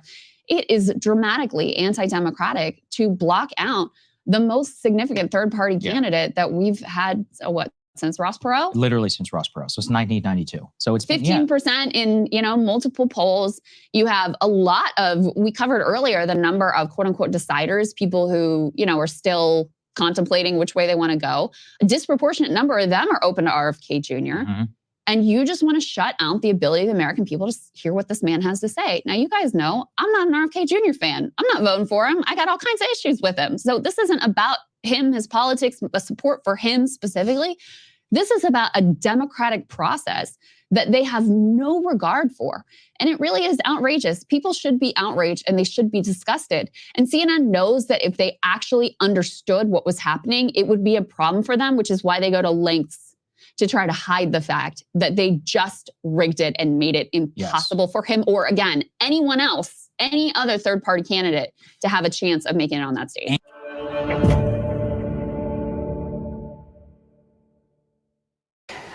Mr. Kennedy, thank you for joining us. Thanks for having me. Let's first talk about this ballot access issue in Nevada. You submitted a new petition to the Nevada Secretary of State's office last week, despite filing a lawsuit a few days prior. This is because you learned that the 15,000 signatures you submitted months ago were invalidated because your running mate, Nicole Shanahan, was not listed on that initial petition. So what's your strategy now to get on Nevada's ballot for November? Yeah, we checked with the Attorney General in January, and we got his assurance, written assurance from his office that we could collect signatures without the vice president on the ballot. We collected then the 15,000 signatures as the Attorney General had directed us. We handed those in March 5th. And shortly after that, in May, the Attorney General told us that he had made a mistake and that we needed to list the vice president on our ballot petitions. So we are litigating. We filed suit immediately against the Attorney General's office. And at the same time, we were taking the precaution to do the ballot access drive all over again. And we're going to collect another 15,000 signatures. So we are out collecting signatures now, and one way or another, probably two ways, will be on the ballot legally by August. No, Mr. Kennedy, Dennis Kucinich, your campaign director from the onset, said that the DNC would just never let you in. Can you tell us about the party blocking you in the primaries, then the debates, and do you see what's going on in Nevada with our Democratic Secretary of State as a continued effort to block you from running? Yeah, I think, there's definitely a pattern where the DNC is attacking. We just filed, for example, we filed 137,000 signatures in New York State.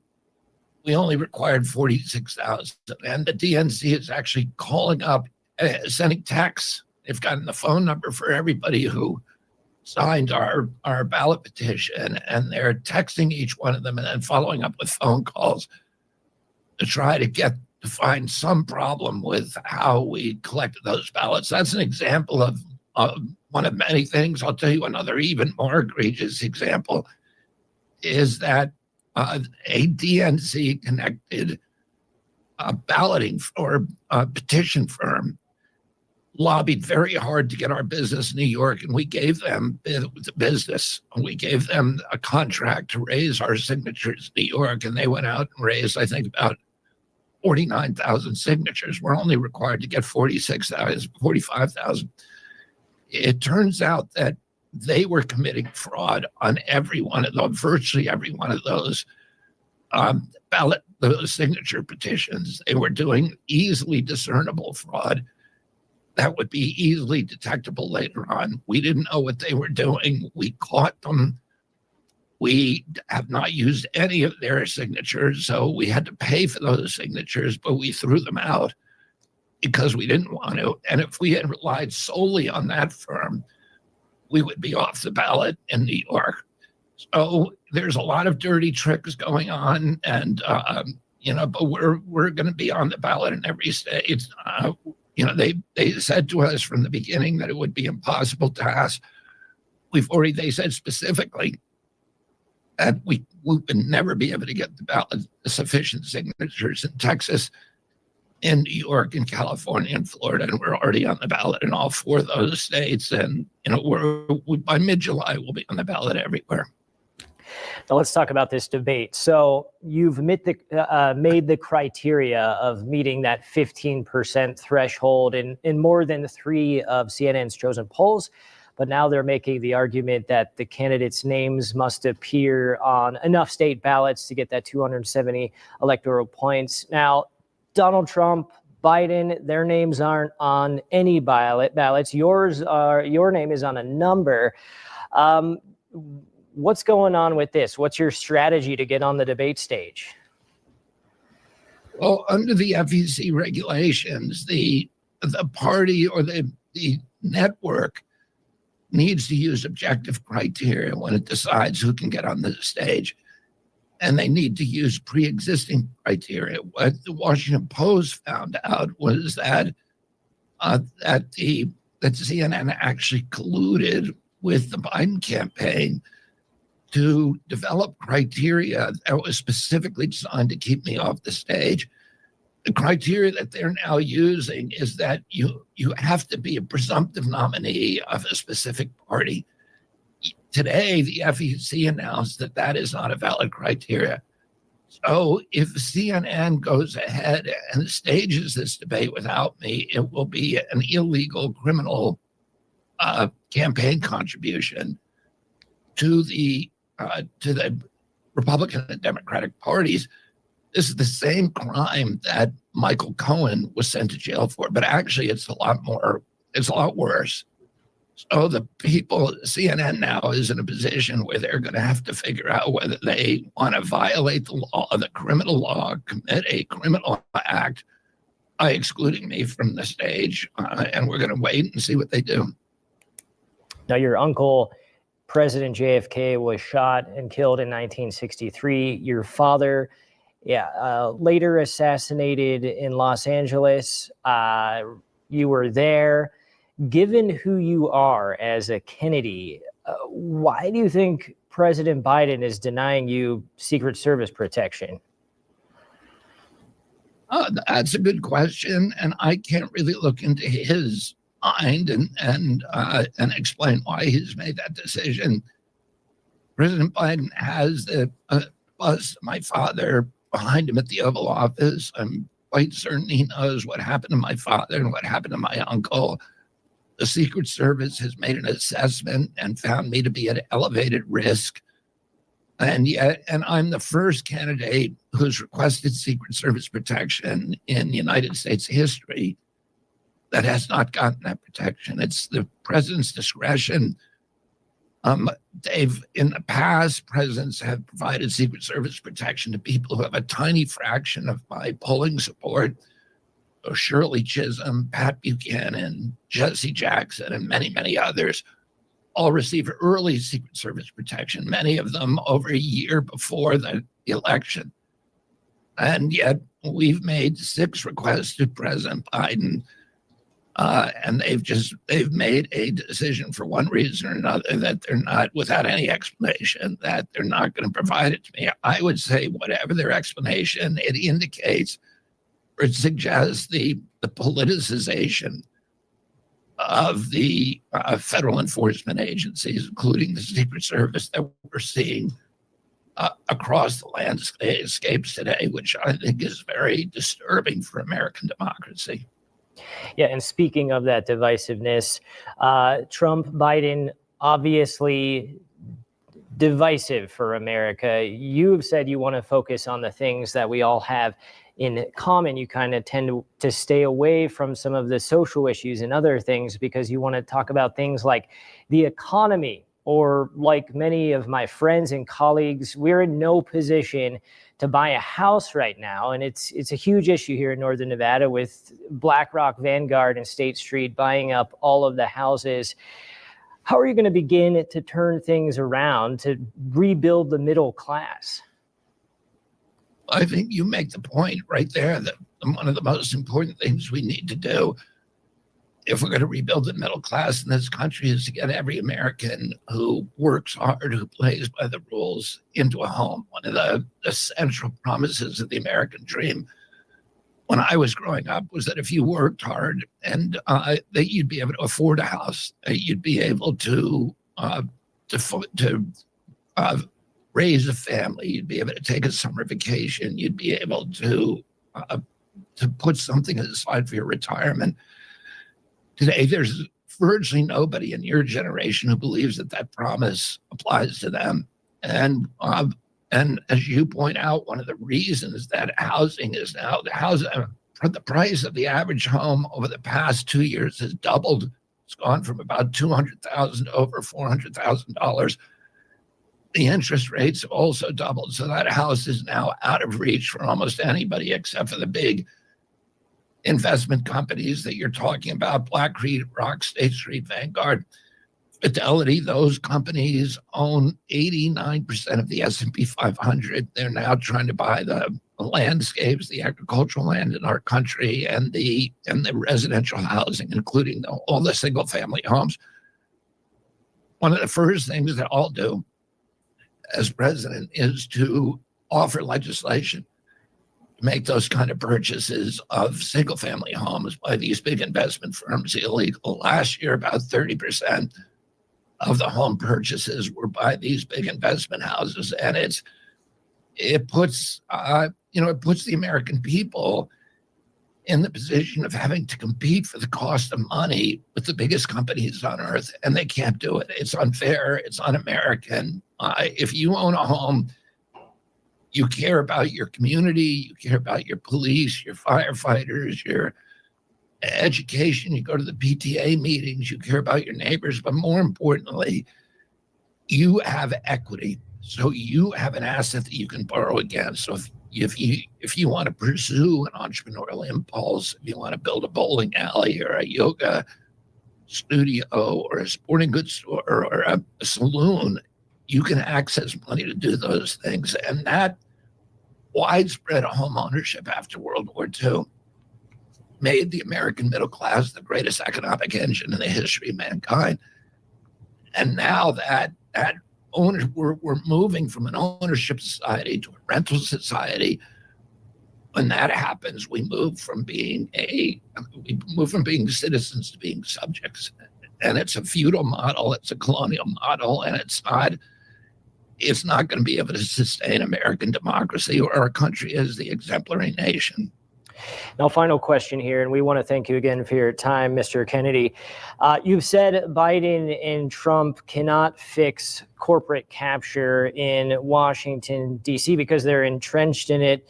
The CIA being controlled by the military-industrial complex, the NIH getting a lot of, and the FDA getting a lot of their funding from a big pharma. Now, you were one of the most prolific environmental lawyers in the entire country's history. How can you, as one person, begin to go into DC and begin to bring back trust in our institutions and begin to clear out this swamp, for lack of a better term? I think that's a good question. I've litigated against almost all these agencies, against the Department of Agriculture, USDA, against DOT, Department of Transportation, against FDA, NIH, CDC. I've litigated probably as much as any other attorney against EPA. And when you litigate against these agencies, you get a PhD in corporate capture. And I know in many cases who the individuals in those agencies are who who are corrupt and who have spent their career amplifying this corrupt merger of state and corporate power. I understand the perverse incentives that would agency capture on steroids, the fact that FDA gets half of its budget from pharmaceutical companies, the fact that at NIH, individuals who work on regulating certain pharmaceutical products are allowed to collect royalties on those products. This is insane. And I understand how to unravel it. And, President Trump, I think, was sincerely wanted to drain the swamp, but he came in and he put John Bolton as head of the NSA, a swamp creature. He put Mike Pompeo as the head of the CIA. And he put Rex Tillerson, an oil executive in the State Department. He put Ryan Zinke, who's a coal and oil lobbyist, as head of the Interior Department. He put Scott Gottlieb as head of FDA. Scott Gottlieb was a business partner of Pfizer's. He then came to FDA, did a $100 billion favor for Pfizer, and then he left FDA to go back to Pfizer on its board of directors and collect his payoff. Oh, this is the swamp. These are all swamp creatures, and those are not the kind of people that I'm going to bring in to run these agencies. I'm going to be bringing people who are public-spirited, who are committed to the welfare of the American people, and who will not tolerate these agencies becoming sock puppets for the industries they're supposed to regulate. All right, Robert F. Kennedy Jr., we hope you'll join us again. Thank you so much for your time today. Thank you so much for having me. Today, though, CNN announced it had finalized the rules for your first presidential debate, now less than 2 weeks away, with both your campaign and the Biden campaign. Look, we know you go into this debate with a whole host of things to go after President Biden on, whether it's illegal immigration, you talk about an economy that's not working for many Americans, and the wars in Ukraine and Israel, which you say would not have happened under your leadership. I know you're ready for this. President Biden will go after you on the topics of January 6th and your criminal conviction in New York. How do you plan on responding to those attacks? Well, first of all, this conviction was a Democrat hoax started by him as election interference and really attacking a political opponent never been seen before in this country. It's done by third world countries, by banana republics, never been done by this country. And it's a disgrace, and he's a disgrace. I mean, with his record and his family's record, he's a disgrace to have done it. And the gloves have come off because of it. And frankly, it allows you to speak more freely. Look, he's the worst president in the history of our country.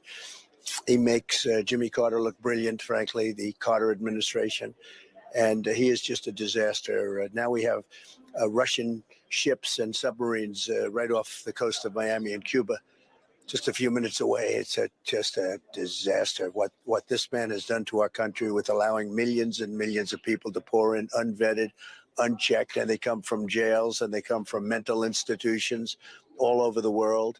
They're emptying out their criminals. They're emptying out their people with mental problems into our country, and he's allowing it to happen by the millions. And I tell you, he is just a disastrous president. And if we don't get him out, we've got ourselves we already have a mess, believe me. I'll get it solved, but it's just getting worse by the day when you look at what's happening to our country. Think of it, Russian ships circling Cuba. It's unbelievable. Mr. President, we're here in Detroit today. Hundreds of people coming out here in the highest Black population city in the country to see you. What kind of economic policies will you enact as president that will help communities like this one, which are still trying to rebound after decades of decay? How will you help Black and Latino voters this election? We've already done it with the most successful program probably there has been for Black and Latino, but in particular, in this case, Black, the opportunity zones. And they have been incredible. Did that with Tim Scott, senator from South Carolina. And it's been a tremendous, almost a miracle. It's been one of the most, probably the most successful program of its kind ever tried. We're very honored by it. But we had the best economy. Blacks were working at levels never seen before. Now their wages are way down, and what's happening is the illegals coming in, they're taking their jobs. The Black population and Hispanic population is more affected by the Latinos coming into our country than anybody. And I'll add somebody else or some other group, unions. Unions are being hurt terribly. When you have 15, 16 million people coming into the country, the unions are being decimated. And they don't like talking about it, but that's what's happening. They're being decimated by the Biden policies, but also by millions of people.